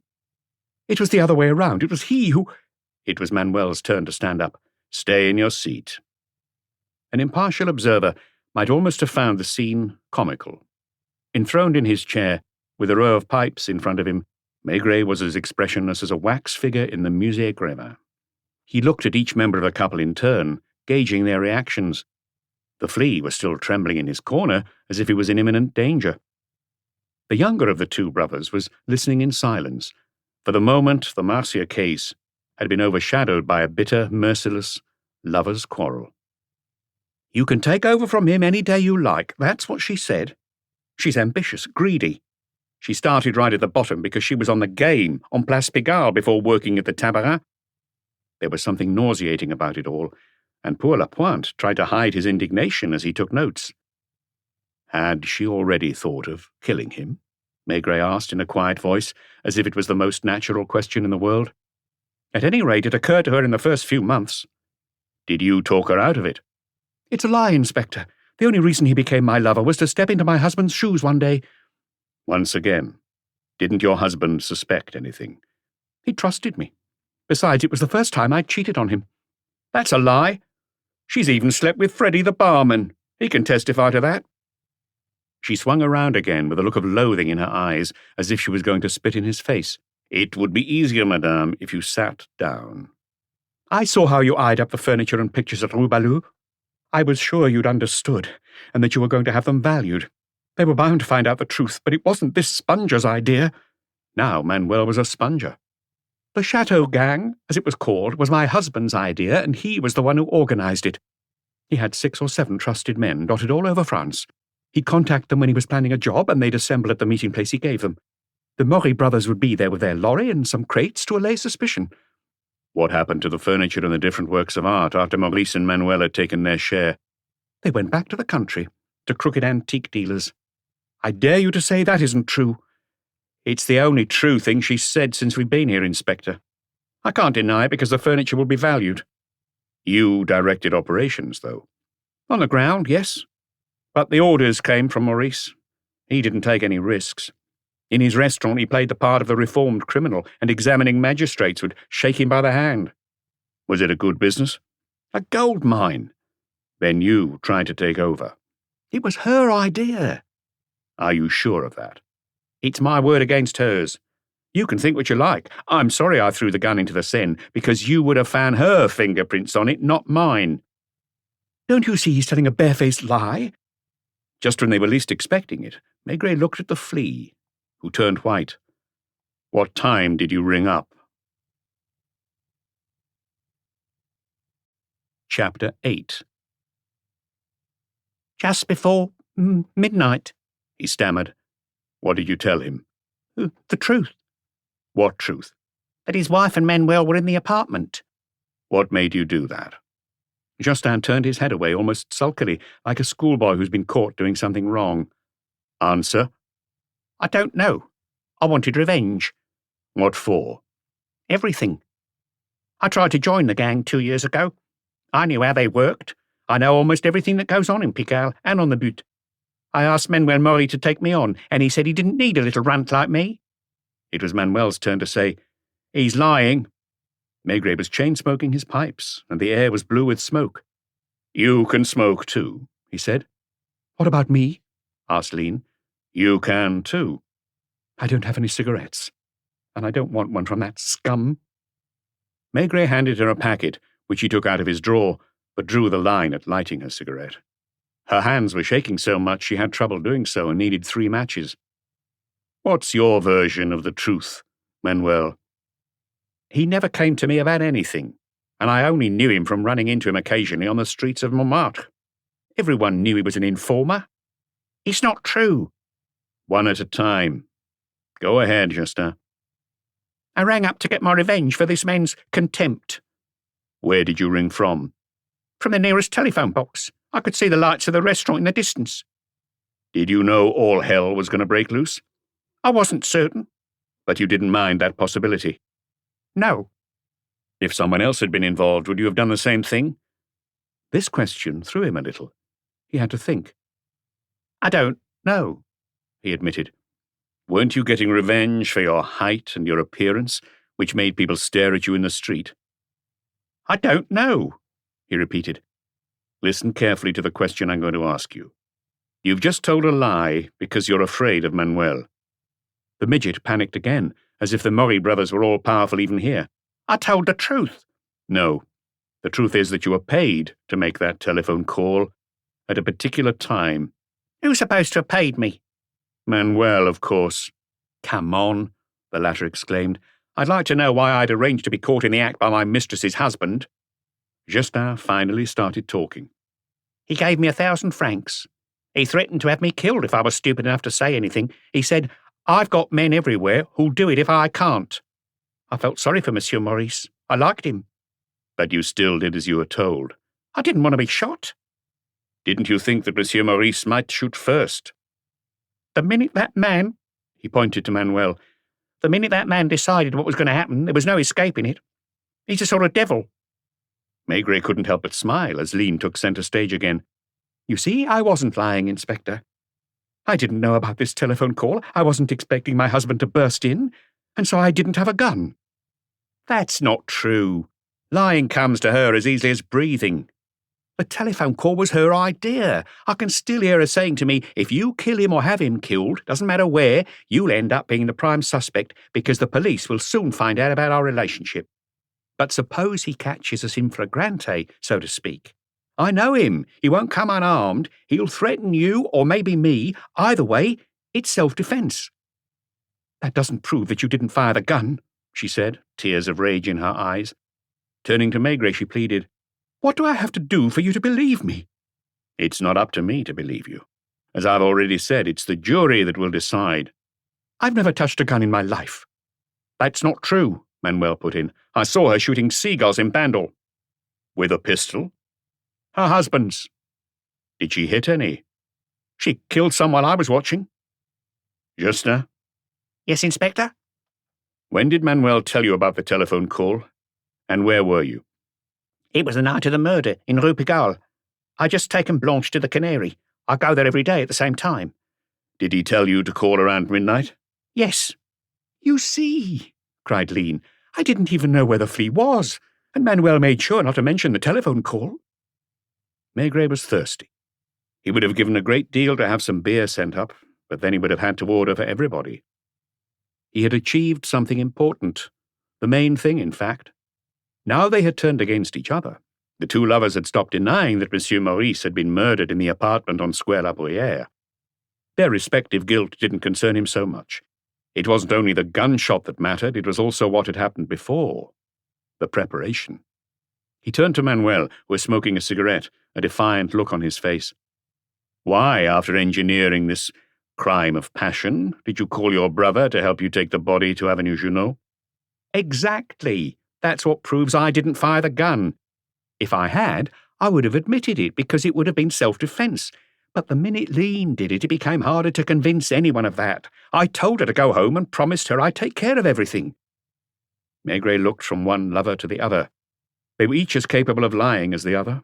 Maury was a hardened cynic who hadn't been stopped by anything so far, but was Lean any more sincere than him? A croaky voice came from the flea's corner. "It was him," said the voice. "Did you see him?" "I heard it. Where were you?" I'd followed Monsieur Maurice up to the 4th floor. I was hiding on the landing. Suddenly I heard the woman's voice screaming, 'Shoot! Come on! Can't you see he's going to kill me?' She hadn't finished before I heard a shot. I ran downstairs." There was silence. The flea's huge mouth had broken into a strange smile. Manuel spoke first. "He's lying. Maurice didn't try to shoot her." "He's making it up," said Lean. "No one said a word." Maigret stood up, looked balefully at them all in turn. "Has anyone got anything else to say?" "No," grunted Manuel. "I'll say it again. He's lying," Lean said clearly. "Janvier, handcuff the 3 of them."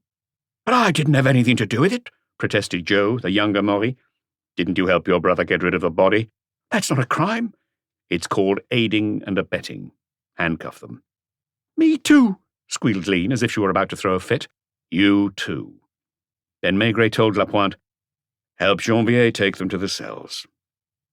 He was tired. He wanted to think about something else. He put his hat on and went down the great staircase.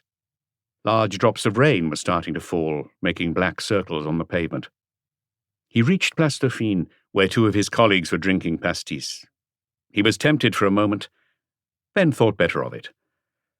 "The biggest glass of beer you've got," he said to the bar owner. Chapter 9. The bench to the left of examining Magistrate Boutet's door was almost constantly occupied for 3 months. The Maury brothers and Monsieur Maurice's accomplices in the chateau and country estate robberies had to be tracked down to various provincial towns. Art experts had worked away too, eventually discovering the owners of the furniture and paintings in Rue Balou and Square La Bruyère. Valuables stolen by the gang were also found in disreputable antique dealers across the country. Maigret made a special trip to Montmartre to congratulate the modest Inspector Louis. "I was just doing my job," the latter muttered, blushing. "You can join my squad whenever you like." The widower couldn't believe it. He may also have felt torn between his desire to join headquarters and his affection for Pigalle. The case went to court in November. The Chateau's case had been separated from it and would be heard later. In the witness box, Lean and Manuel constantly tried to blame each other for the murder. The telephone call to the victim implied premeditation and the maximum penalty. Despite his patience, examining Magistrate Boutet couldn't decide between the two lovers who were now deadly enemies. When Lean testified, a voice could be heard in the dock. "She's lying." "Be quiet. I'm telling you she's lying, and I'm ordering you to be quiet." The same scene was repeated when Manuel was on the stand. The jury didn't settle the question. It sentenced Manuel and Lean to 20 years apiece, and Joe to 5. As they left the court, all three of them glanced at each other hatefully. Meanwhile, the flea had started calling Inspector Louis again. This has been an Audible Studios production of Maigret and the Informer, written by Georges Simenon, translated by William Hobson, and performed by Gareth Armstrong. Directed by Paul Kent. Content copyright 1971, Georges Simenon. Translation copyright 2019, William Hobson. Production copyright 2020, Audible Limited. Audible Studios is a division of Audible Limited. Audible hopes you've enjoyed this program. नथिया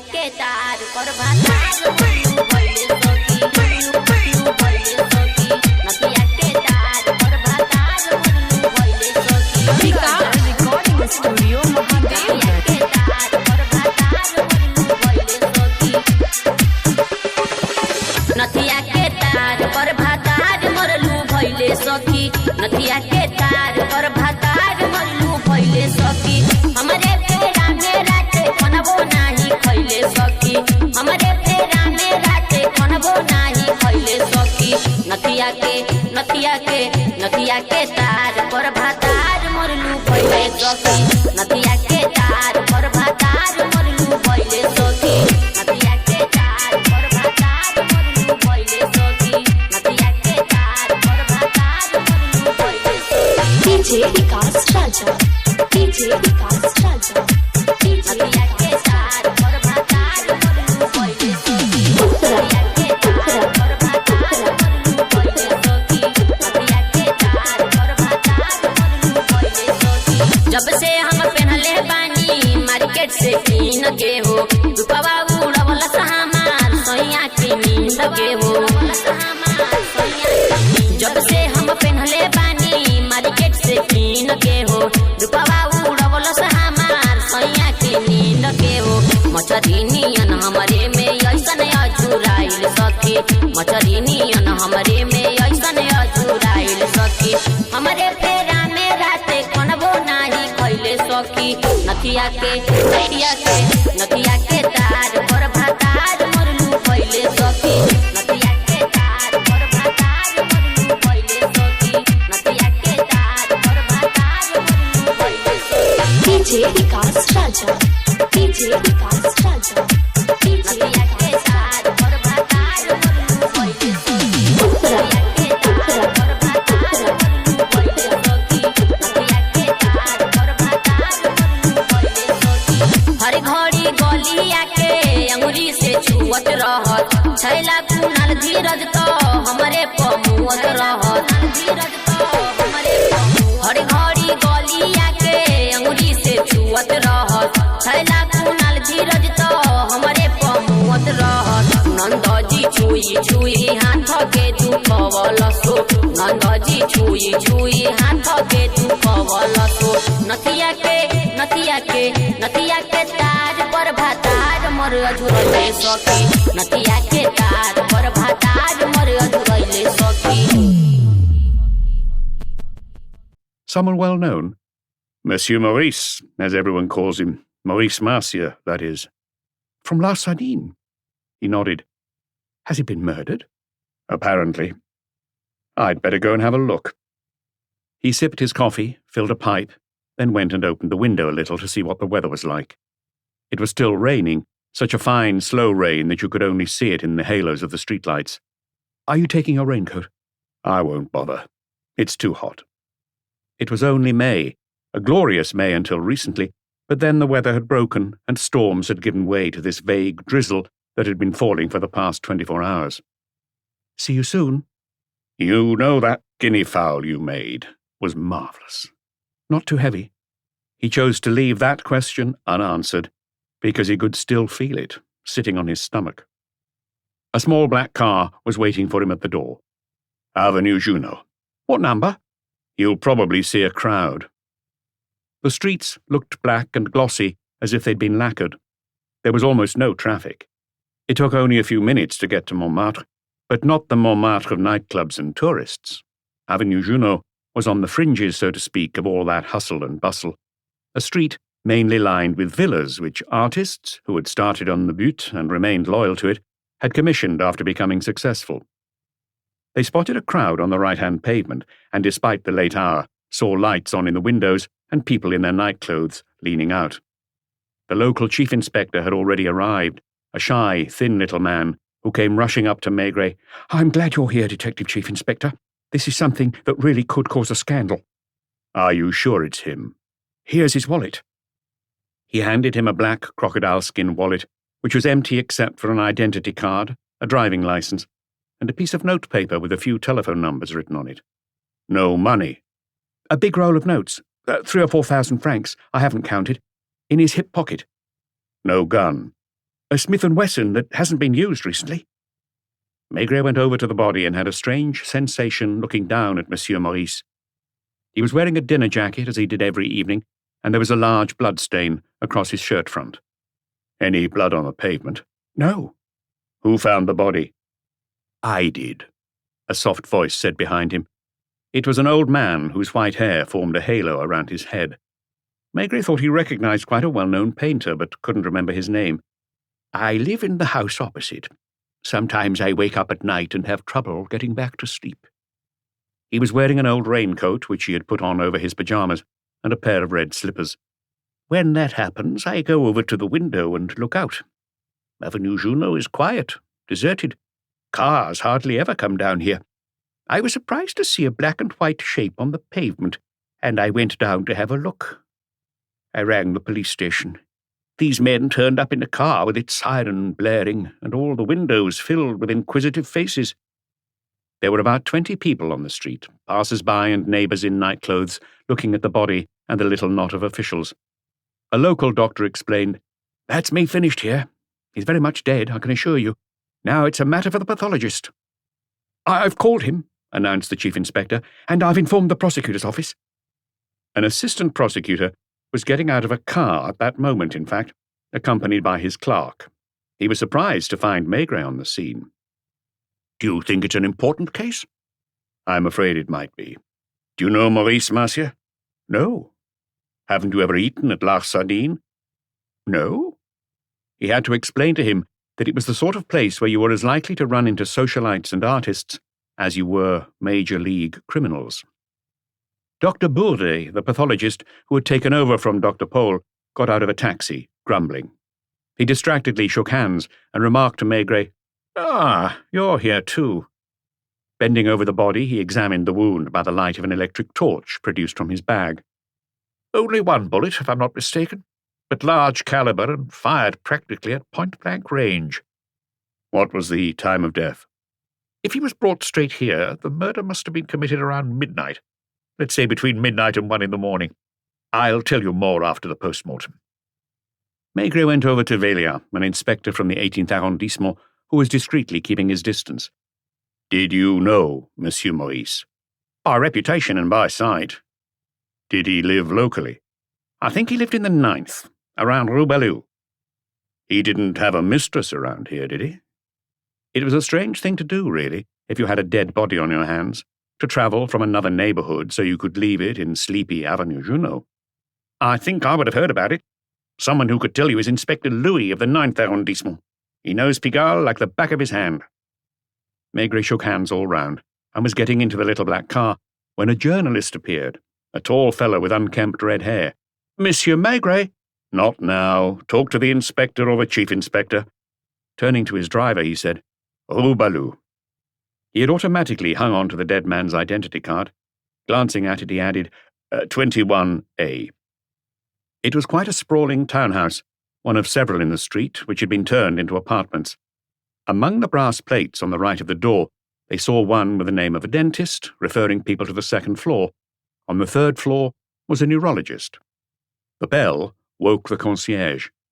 Monsieur Maurice, monsieur, please. Monsieur Maurice is never in at this time, not before 4 a.m. What about Madame, monsieur? I think she's back. I doubt she'll see you, though. Still, have a try if you think it's worth it. First floor on the left. They've got the whole floor, but the door on the right is blocked up. The staircase was broad and thickly carpeted, with walls of yellowish marble. The left-hand door didn't have a nameplate. Maigret rang the bell. There was silence at first. He rang again, and eventually heard footsteps inside. Through the door, a woman's voice asked sleepily, Who is it? Detective Chief Inspector Maigret. My husband isn't at home. Go and ask at the restaurant, Rue Fontaine. Your husband isn't there, either. Have you been there? No, but I know he's not there. Oh, wait a moment, while I put something on. When she opened the door, she was wearing a golden yellow dressing gown over a white silk nightdress. She was young, much younger than her husband, who was several years older than Maigret, around 60 or 62.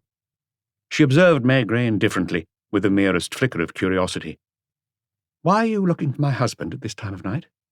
She was tall and very blonde, with the thin, lithe body of a model or a chorus girl. She couldn't have been more than 30. Come in. She opened the door to a large drawing room and turned on some lights. When did you see your husband last? Around 8, as usual, when he left for Rue Fontaine. In his car? Of course not. It's 500 meters away. Doesn't he ever take his car? Only when it's pouring with rain. Do you sometimes go with him? No. Why not? Because it's not my place. What would I do there? So you spend your evenings here, do you? She seemed surprised by these questions, but didn't take offense. She didn't show much curiosity either. Most of them. Like everyone, I sometimes go to the cinema. You don't drop in and say hello when you're passing? No. Did you go to the cinema tonight? No. Did you go out? No. Except to walk the dog. I only stayed out for a few minutes because it was raining. What time, roughly? 11, maybe a little later. You didn't run into anyone you know? No. What's the point of these questions? Why are you interested in what I was doing this evening? Your husband is dead. She stared at him, wide-eyed. Her eyes were light blue, rather affecting. She opened her mouth as if to scream, but her throat closed up and she brought her hand to her chest. She searched for a handkerchief in the pocket of her dressing gown, then buried her face in it. Maigret waited, sitting motionless in an uncomfortable Louis XV armchair. His heart? She asked finally, crumpling the handkerchief into a ball. What do you mean? He didn't like to talk about it, but he had a heart condition, which he saw Professor Jardin about. He didn't die of heart failure. He was murdered. Where? I don't know. His body was moved afterwards to Avenue Junot and dumped on the pavement. That's impossible. He didn't have any enemies. He seems to have had at least one, because he was shot. She jumped up. Where is he now? At the Forensic Institute. You mean they're going to? Perform a post-mortem, yes. There's no way round it. A little white dog trotted slowly down the corridor and rubbed itself against its mistress's legs. She seemed oblivious. What are they saying at the restaurant? I haven't been there yet. What could they say? Why he left La Sardine so early. He's always the last to leave. He locks the door before cashing up. Have you worked there? No, it's just a restaurant. They don't have dance numbers or singing acts. Did you used to be a dancer? Yes.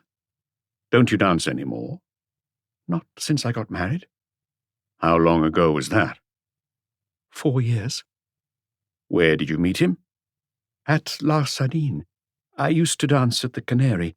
If we didn't finish too late, I'd sometimes go and have something to eat there. Is that when he noticed you? Yes. Were you a hostess, too? She pulled a face.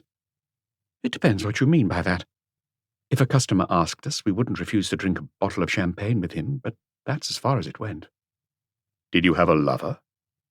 Why do you ask me that? Because I'm trying to find out who could have a grudge against your husband.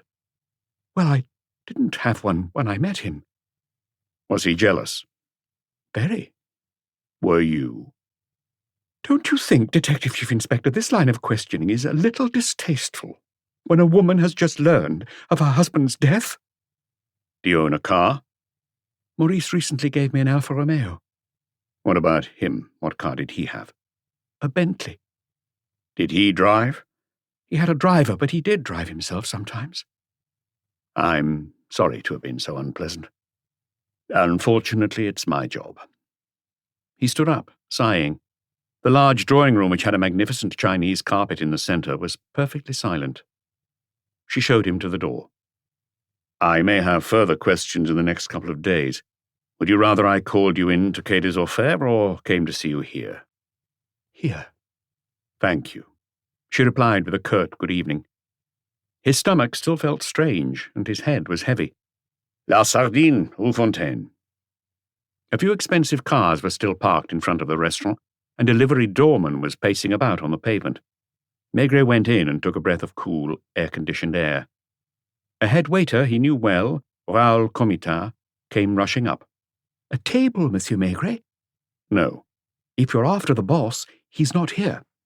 The head waiter was bald and sickly-looking. That's unusual, isn't it? It almost never happens. The restaurant was spacious, with 20 or 25 tables. The beams on the ceiling were exposed, the walls panelled in old oak up to 3/4 of their height. Everything was heavy, opulent, but free of most of the tasteless elements that are invariably part and parcel of the rustic style. It was after 3 o'clock. There were only about 10 people left, predominantly actors and performers, eating quietly. What time did Marcia leave? I couldn't tell you exactly, but it must have been around midnight. Didn't that surprise you? It certainly did. I doubt it's happened more than 3 or 4 times in 20 years. Besides, you know what he's like. I've served you and your wife a number of times, always in his dinner jacket, standing there with his hands behind his back, watching. Looks as if he never moves, but he sees everything. You think he's out front, and he's already in the kitchen or the office. Did he say he was coming back? He just muttered, "See you in a while." We were by the cloakroom. Yvonne handed him his hat. I reminded him it was raining and suggested he take his raincoat, which I could see on a hook. "No need. I'm not going far," he said. Did he seem concerned? It was hard to tell from his expression. Angry? Definitely not. Did he get a telephone call just before he left? You'll have to ask at the desk. All the calls go through the cashier. But tell me, why these questions? Because he's been shot dead, and his body has been found lying on the pavement in Avenue Junot. The head waiter's features stiffened, and his lower lip started to tremble slightly. That can't be, he muttered to himself. Who could have done that? I can't think of a single enemy he had. He was a good man, deep down, very happy, very proud of his success. Was there a fight? No. He was killed somewhere else and then taken, probably by car, to Avenue Junot. You said he was wearing a hat when he went out, didn't you? Yes. There had been no sign of a hat on the ground in Avenue Junot. I've got a few questions to ask the cashier. The head waiter hurried over to a table that was asking for the bill. The bill was ready, and he put it on a plate, half covered with a napkin. The cashier was a small, slender brunette, with beautiful dark eyes. I'm Detective Chief Inspector Maigret. I know. There's no reason to keep you in the dark any longer. Your employer has just been murdered. So that's why you and Raoul looked as if you were plotting. I'm stunned. He was standing right where you are only moments ago. Did he get any telephone calls? Only one, just before he left. From a man? A woman? That's just what I wondered. It could have been either a man with a slightly high-pitched voice or a woman with a rather deep one. And you heard that voice before? No. They asked to speak to Monsieur Maurice. Is that what they called him? Yes, like all his friends. I asked who was calling, and they said, he'll know. I looked up, and Monsieur Maurice was already standing there in front of me. Is it for me? What name did they give? No name. He frowned and reached for the telephone. Who is this? Naturally, I couldn't hear what the person on the other end was saying. What's that? Monsieur Maurice went on. I can't hear you properly.